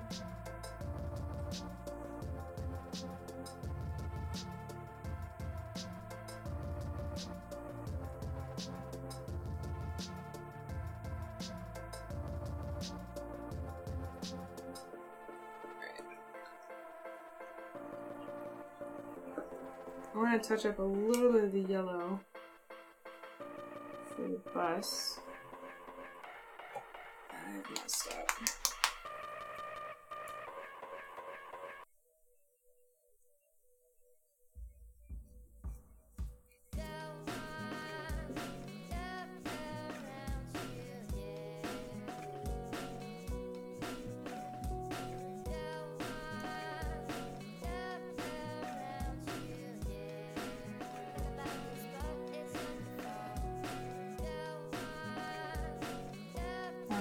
Yellow. Do you not have any pigment in you?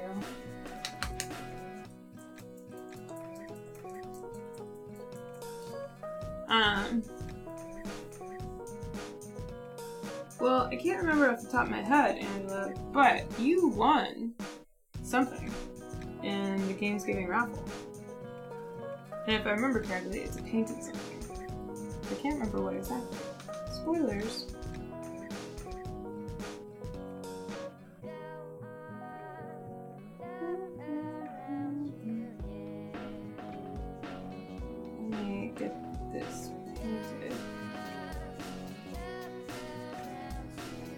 Oof.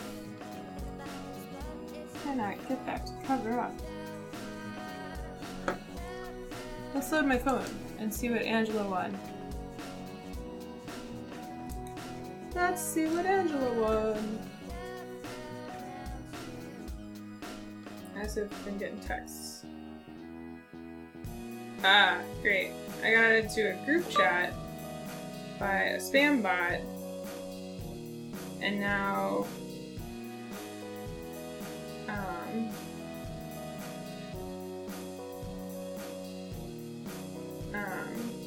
they're all texting each other in anger.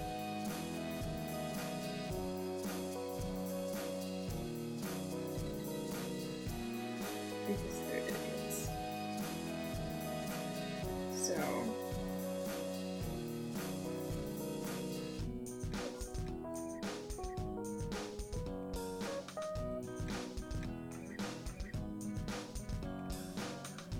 alright, here we go. Let's see.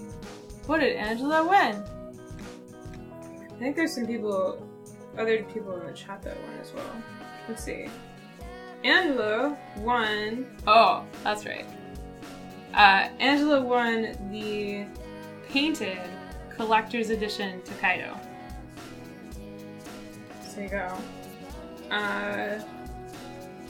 Yeah, John Edwards, I don't know your email, but I don't think you won anything. Sorry. The winner of this is actually Naomi, which I think is Spin Alaska, that comes and hangs out in here sometimes. So she won these trucks. But yes, I was very surprised and happy for you, Angela. I would say like half of the people that won things are names that I recognize as like regulars, which made me really happy. So, yeah.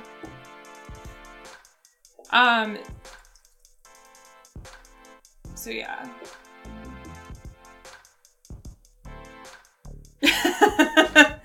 Yeah, it's a big box. We'll talk.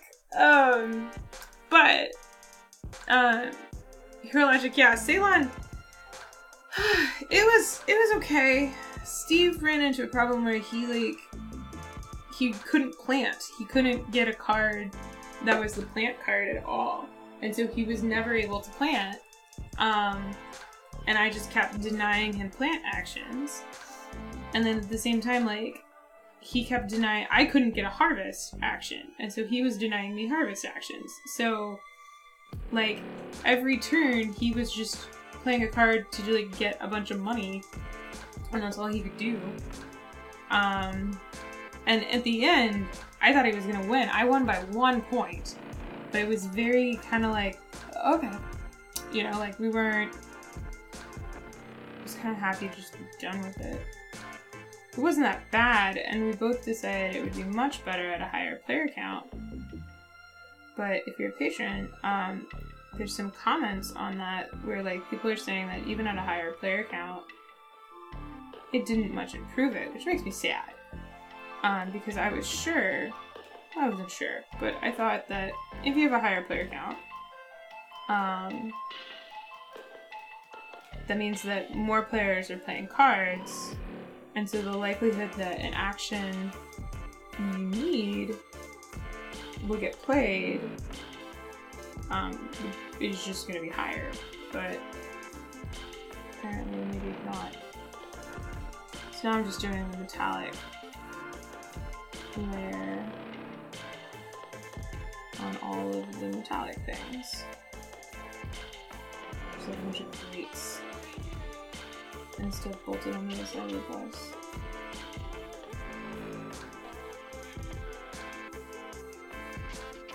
So, we had every intention of streaming Ceylon. And I knew it was going to be a quicker game. So I was hoping we could do it as like a part of a double header stream on Thursday, but we both finished and I was like, well, I feel like we need to play it again. And we're both like, yeah, we should play it again. But neither of us actually wanted to play it again. And we were thinking about what games we had, even just from this year's Essen, that we,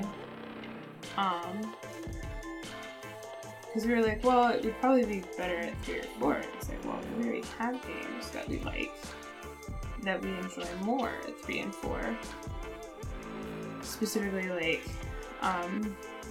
Solinia and the River, that are in that weight category. They're kind of more like a medium, lightweight game. And so it's like, well, it doesn't make sense. It doesn't make sense to hold on to it. And it wasn't a review copy, we paid for it. So it doesn't make sense to hold on to it and stream it and take up the time to stream it because it doesn't have a US publisher yet. And we didn't super enjoy it.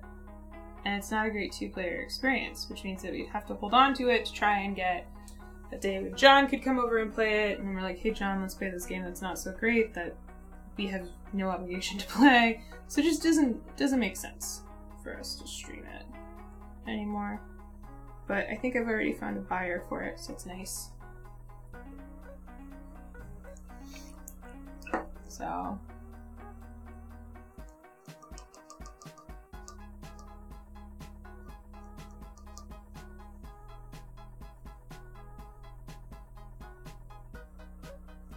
oh yeah, Collector's Edition Takanoko.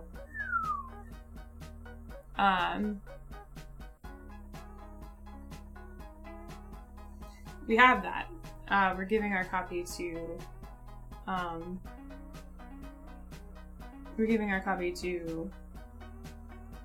Danny and Derek. They have to come and get it. 'Cause I'm mean. I won't make Angela come and get her copy. She's already come and visited once. But yeah, that'll be a fun one to ship. But I'll make sure that it's well packaged. I was excited for you, and also when I was like, oh, because I knew that was gonna be an expensive one. But Wasteland Express delivery service is like way bigger I think, than the collector's edition. So I think out of like the painted games, probably Mice and Mystics would be like the cheapest to ship. But it's kind of moot when we go to Australia, I think. But it's cool. It's a nice copy. I think we played it like once or twice. It's so big and it's so beautiful, and we don't really play with like that level of game. And I more got it because I sort of wanted it, but also like that was the first review that I did that like the company like put it on their Kickstarter. So when they did the Tokaido Collector's Edition, they actually took my Tokaido review where I'm walking around San Francisco and they put it on the Kickstarter page. And that was the first time a company had done that. And I was so over the moon. And I liked Tokaido because I did that review, right? And so it's like, oh, okay, I'll get it. And I'll, you know, I didn't paint minis at the time, so I got the painted one. So it's pre-painted, it's not Tiffany paint job. But even then, like, I've taken it out and I've looked at it. We haven't really played it, so we were doing the charity thing and like the money just kept rolling in. Y'all kept donating so much. Steve and I decided that we'd much rather it go for a good cause. And also, if somebody wins it in a charity auction and plays it even a couple of times, like that's worth it for us. So, yeah. I'm excited that you won it, Angela.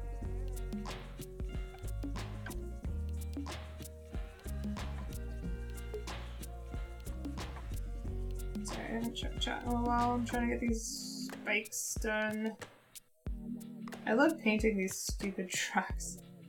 I could give or take the game, right? Like, I don't need to play the game again. I will if somebody really wants to. But love painting these stupid trucks. Because they're just like, just throw some paint on. And the details are so well done.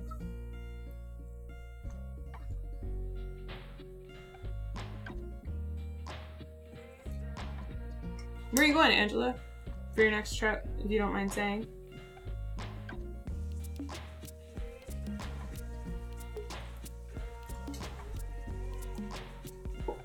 Oh man. Arthritis is acting up. Alright, so I need to do some black on the tires and stuff, but I think, with the exception of the straps on the school bus, I think I might be done the base coating.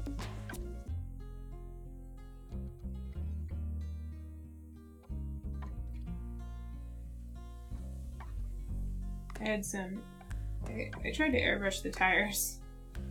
Black, I did not do very well. But the overspray actually looks kind of cool. So I don't need to clean it up too much. The great thing about this game is it's such an easy one to paint. It's such a good beginner's painting game.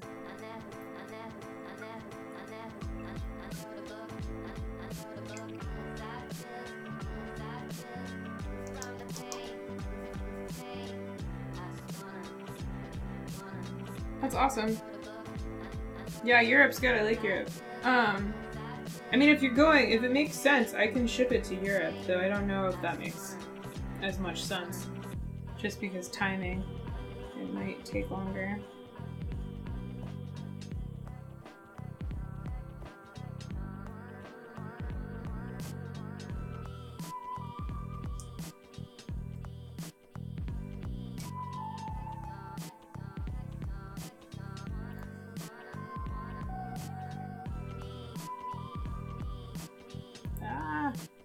My glasses keep hitting the thing.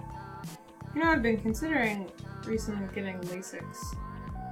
I'm so over my glasses. And I don't want to get new glasses.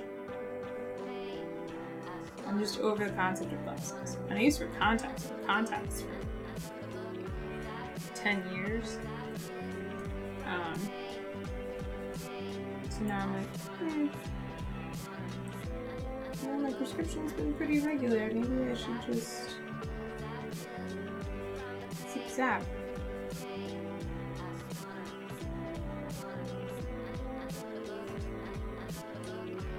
Zip-zap.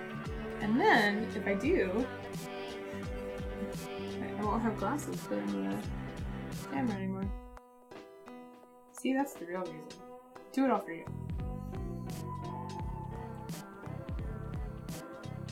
Alright, I need to get some black so I can get these tires painted.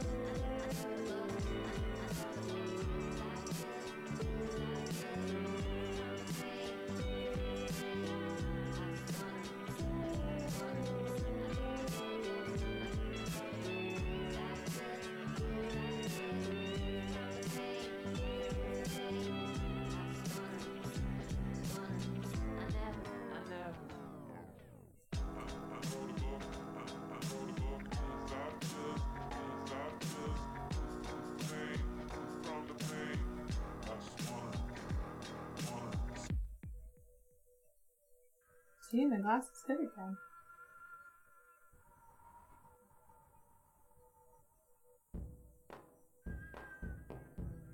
I don't think you all can hear when Ishi snores, but it's pretty cute. She's got a bed at the end of the desk. She's sleeping on it.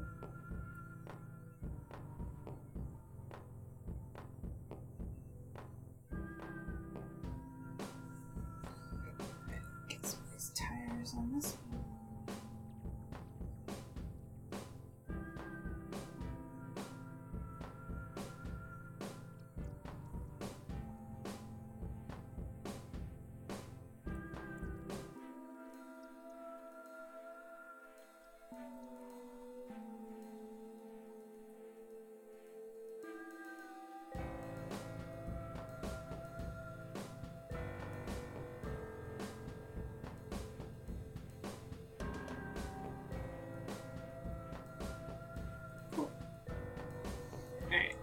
So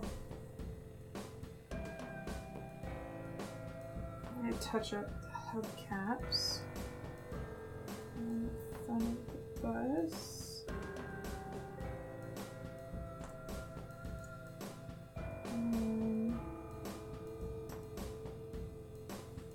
I'm going to paint, there's like a skull and crossbones on the front of the bulldozer.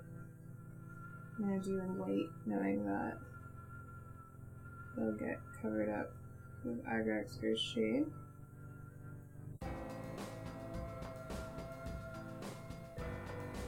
It's like a huge skull. Like, look how big that skull has to be in relation to the bulldozer. It's ridiculous.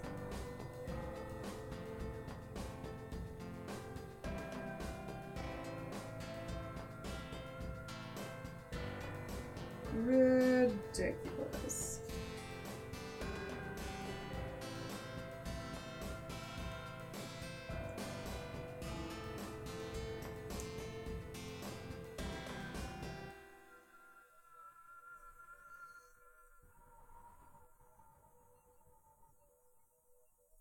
Now, I didn't clean up any of the mold lines on this, on any of these sculpts, because they're so tiny.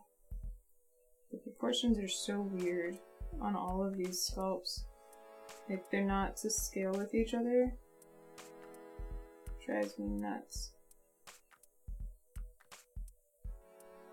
Like, I know why they're not to scale with each other, but it still drives me nuts.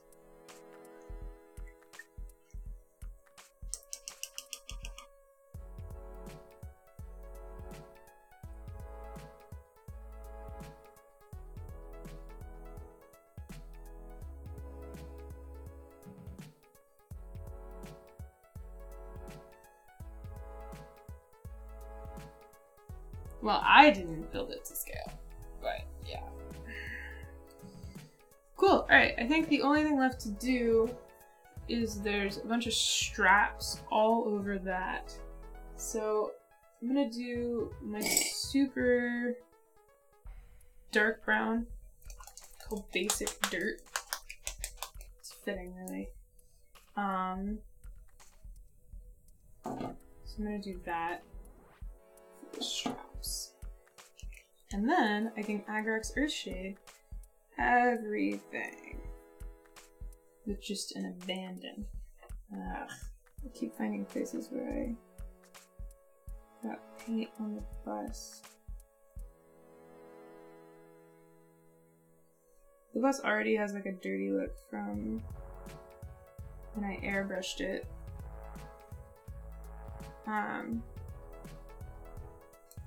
Oops. So I don't need to do a lot. Alright, what I'm gonna do, I'm gonna move this down. So maybe I'll stop hitting it with my glasses. What a novel idea.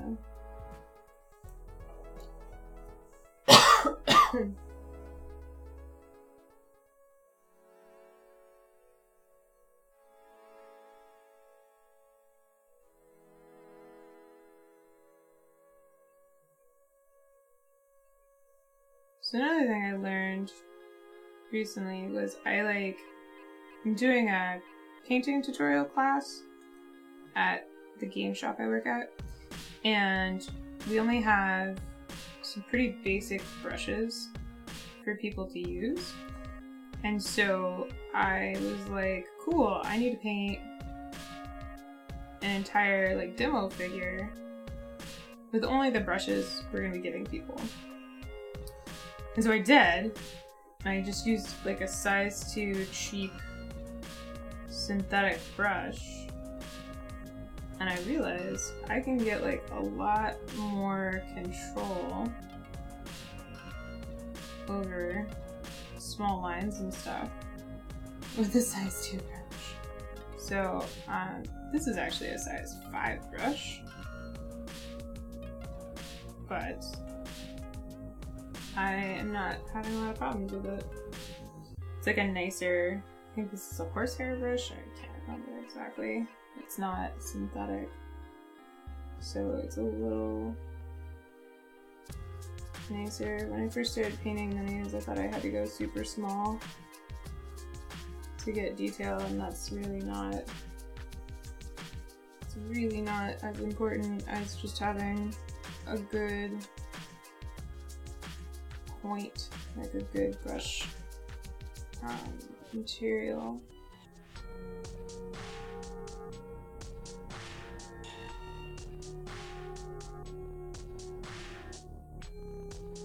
I'm not worrying about being too precise on these straps, because the Agrax Earthshade will kind of like forgive me all the lines I don't fill in.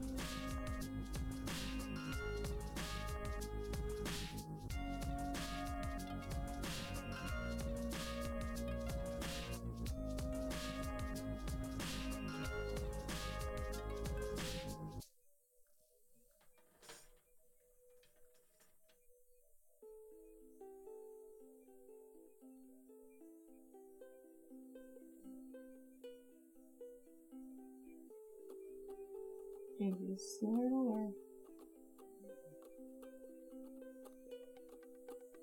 Cool.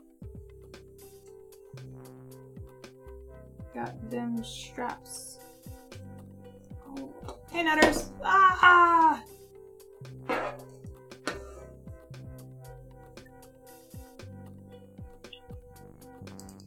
Reaper Minis paints are what I've been using, yeah.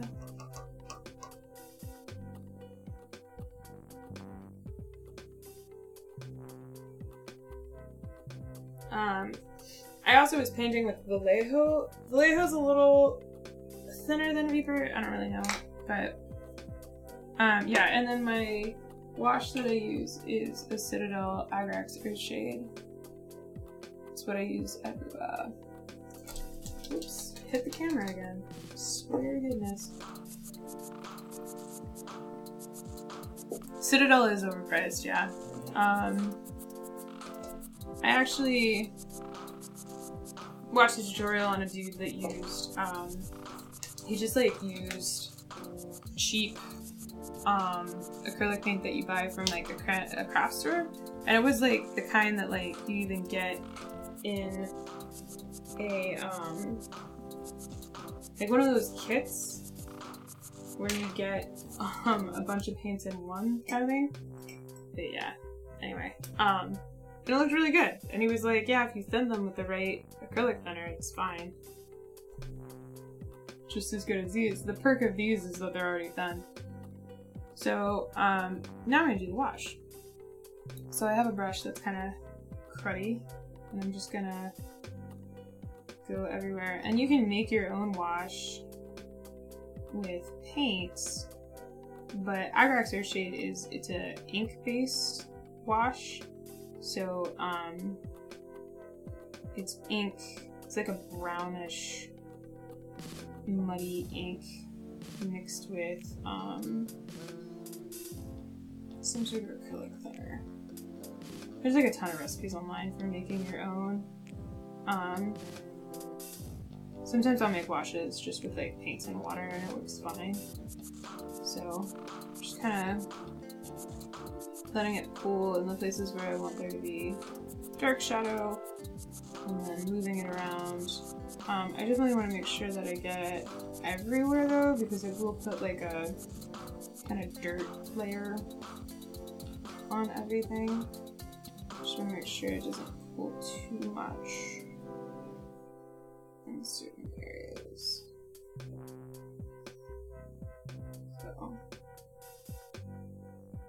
So like it'll help bring out the cracks and shadows that my base coating has kind of covered up.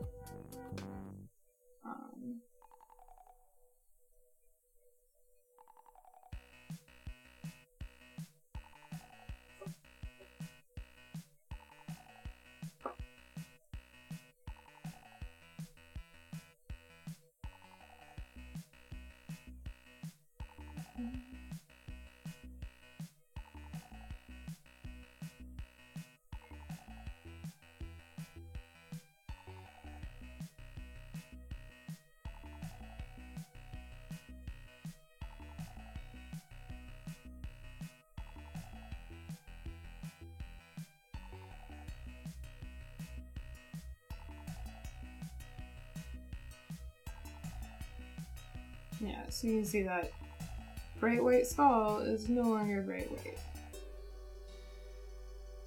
And the tires are good and dirty.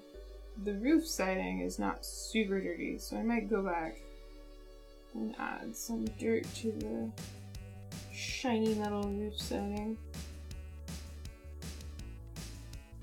But I want to make sure it's not pooling anywhere too much, but I want to make sure that everything is getting an extra layer of dirt, so nothing looks super shiny new anymore.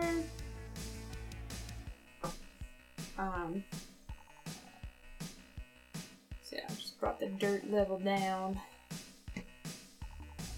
And I'm gonna do it again on this one.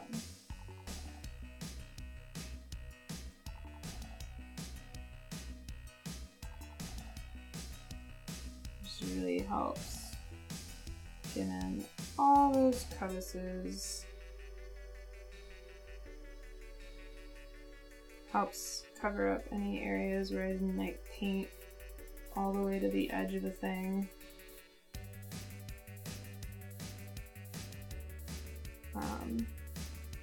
Like the doors, I didn't paint the doors, but I can like leave it so that the wash kind of paints the doors for me.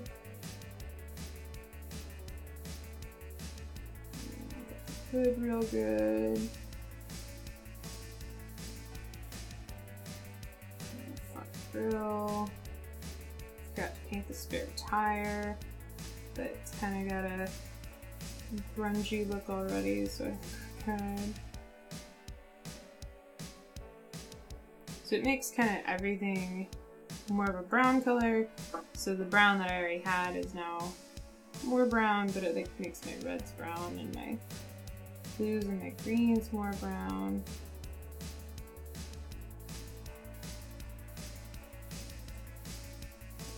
Just gotta be careful when you're washing out of the pot like this that you don't knock the pot over. I have done that twice. This stuff is expensive. Don't want to do that.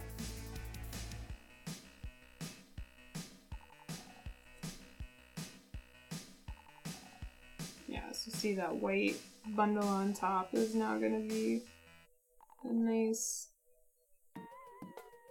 dirty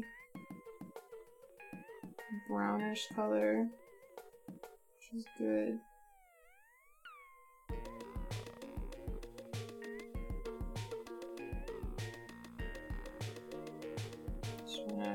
And I'm using a brush that I don't care about. It's an older beat-up brush that I can just kind of smush and push and be very rough on.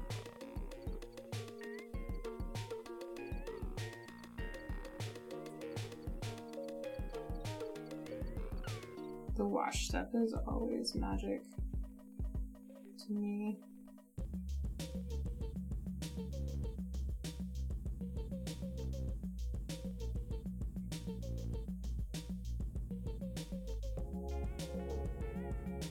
So yeah, the washes just take a long time to dry, so just kind of gotta make sure it doesn't pull too much in certain areas, and then when you're happy, just don't touch it for a long time, like 10 minutes or so. Yeah. Now I've got a dirty school bus.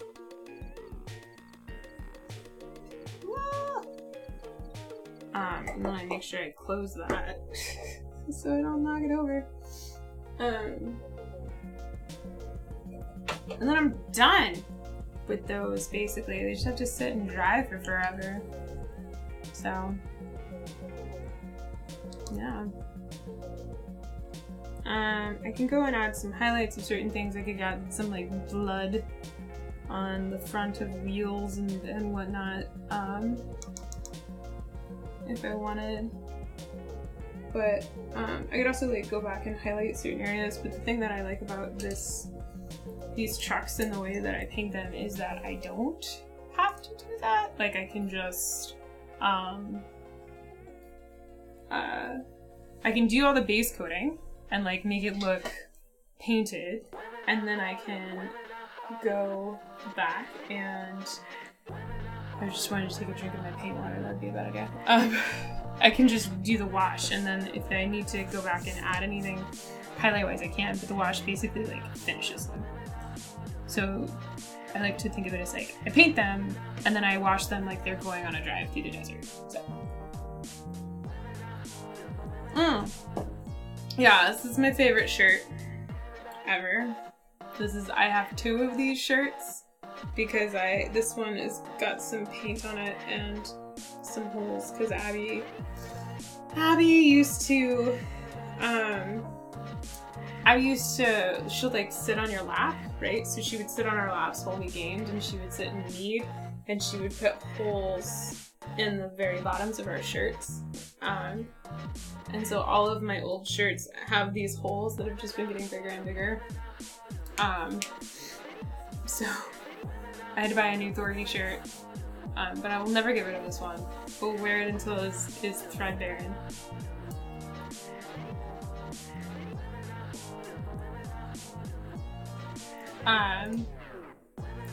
I primed all of the Grimm Forest pieces earlier, Graybeard. So the Grimm Forest pieces, I did a zenithal prime. So I primed them all black, and then I did a zenithal prime with white to give them some like highlighting and lights. But the primer needs to set. It doesn't super have to set, but it should set for about 24 hours. So tomorrow I will be back streaming again, but I will be recording. The priority is recording me painting the Grimm brothers figures, Grimm Forest figures. So tomorrow I'll be painting those as well. We'll see how far I get. I might just do the pigs. I might do the wolves. Something like that. But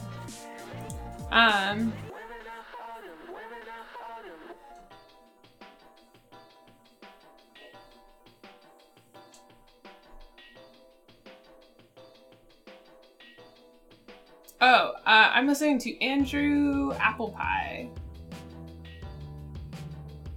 So yeah. Gugong is tonight. We start at 7, so I'm gonna log off of this and go do dinner soon. I gotta like clean up this mess. But I also need to seal all of these. So I'm gonna have to dust them. But all of my trucks are done for Wasteland Express delivery service, and I just need to give them a sealant coat because they're not sealed yet, and then they're gonna go off to the winner, who is Naomi. So yeah, but they're a little dusty.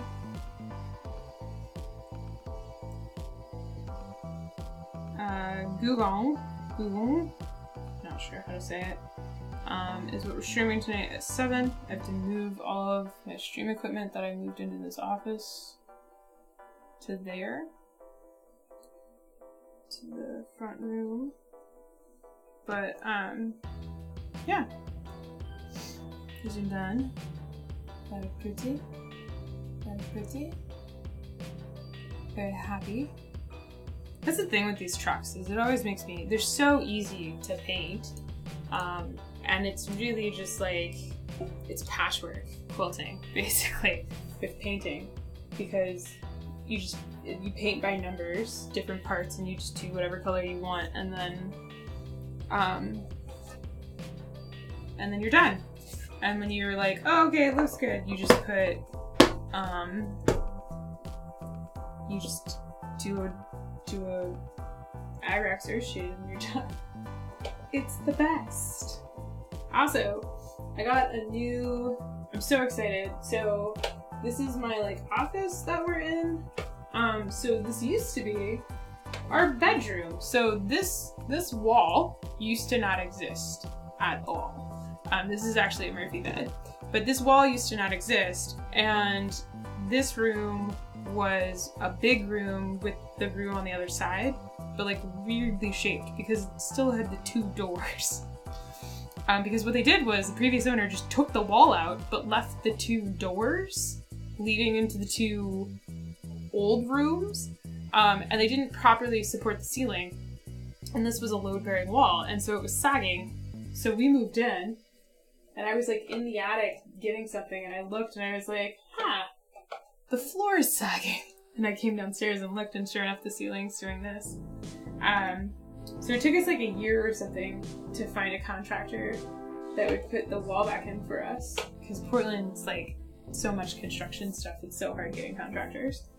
And he way overcharged us, but it's fine, the wall's up. And then we drywalled it ourselves and painted it and ran the electrical and stuff. And then, so now it's up. And then this room is pretty small. This room's like 9 feet by 10 feet, I think. Or no, it's 8 foot by 10 foot. And the other room, that room through there is our bedroom, and that room's even smaller. That room's like 7 feet by 8 feet. It's super tiny. So we were like, well, if you have a bed in either room, it just takes up the entire room. And it's stupid for us to have a guest room when we only have guests every once in a while. So we built a Murphy bed. So we built this giant cabinet, which is a queen-size Murphy bed. It's a horizontal style one. And then I built this like desk, which is a standing desk. But it's actually 2 desks, and I can hook them together and make it like a big desk for my craft stuff. And then on the wall, I have installed, let's see if we can get this, this like pegboard from IKEA, and it's got all my paints on it, so I can just like sit right here and get my paints. And then I've got another one up there that I'm gonna put more of like my crafting, my quilting stuff on that one. So yeah, it makes me very excited. I've never had like a dedicated craft space before. So I'm really excited where I can, because when I do crafts or painting, previously I was just like on the kitchen table. So if we were streaming, I would have to like put everything away and get the stream setup ready for streaming board games. So now I can just like leave the Grimm Forest paint stuff out, and this camera is actually an older camera, so it can just stay here, and all I have to move is my laptop and the mic back to the front room for our board game streams. So very excited. So we'll have more painting. I have a lot of minis to paint. The Grimm Forest ones I have to paint priority because I'm giving them away. So my goal this week is to paint those ones. And then I also have the Stuffed Fables minis that I was sent over a year ago, to paint and do a tutorial series. Like I did the Mice and Mystics one, so I'll be doing a painting tutorial series for the Grimm Forest and for Stuffed Fables.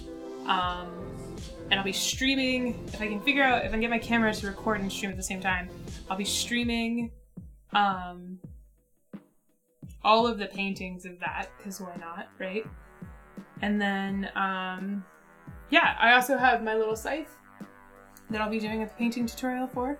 So I've got 3 games in the queue to do painting tutorials for, and like I'll be streaming and painting them. So that'll be something that I'll be doing more in the future, like during the day. So you can come and hang out with me when I paint.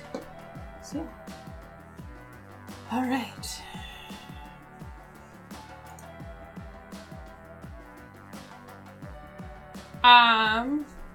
Cool.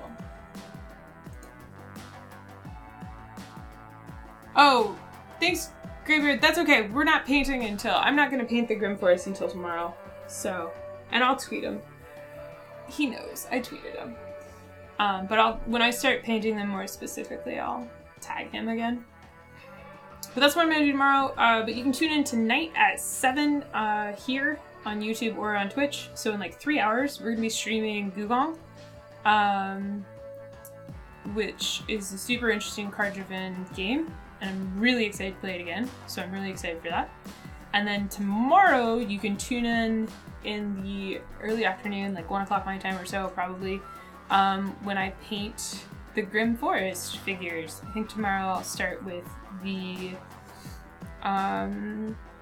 wolves. I think I'll start with the wolves, because they're going to be like rats. I've painted wolves before. So yeah. But you can tune in tonight, 3 hours for Gulong, and then tune in tomorrow for more minis painting or just hang out and chill. So yeah. Thanks for hanging out with me. If you like this video, feel free to give it a like. If you want to make sure you don't miss future streams, you go ahead and subscribe and hit the bell notification on YouTube, or hit the follow button on Twitch. And otherwise, I will see you all either in 3 hours or in the future. And it's perfect timing because Zena's going crazy. Alright. See ya! These headphones, oh yeah, you asked that in a vlog stream, I think, Angela. These are Moshi headphones. They're very, nice. They're like stainless steel, and they're very cushy, but they're Moshi headphones. But they fold up like that. And then they have like a little case that they can go into. So yeah. I like them, but they do hurt my head if I wear them too long because they like push on my head. But like all headphones hurt my head after too long. So, yeah. Alright, cool. I'll see y'all tomorrow. Or I'll see y'all tonight. 3 hours. Bye.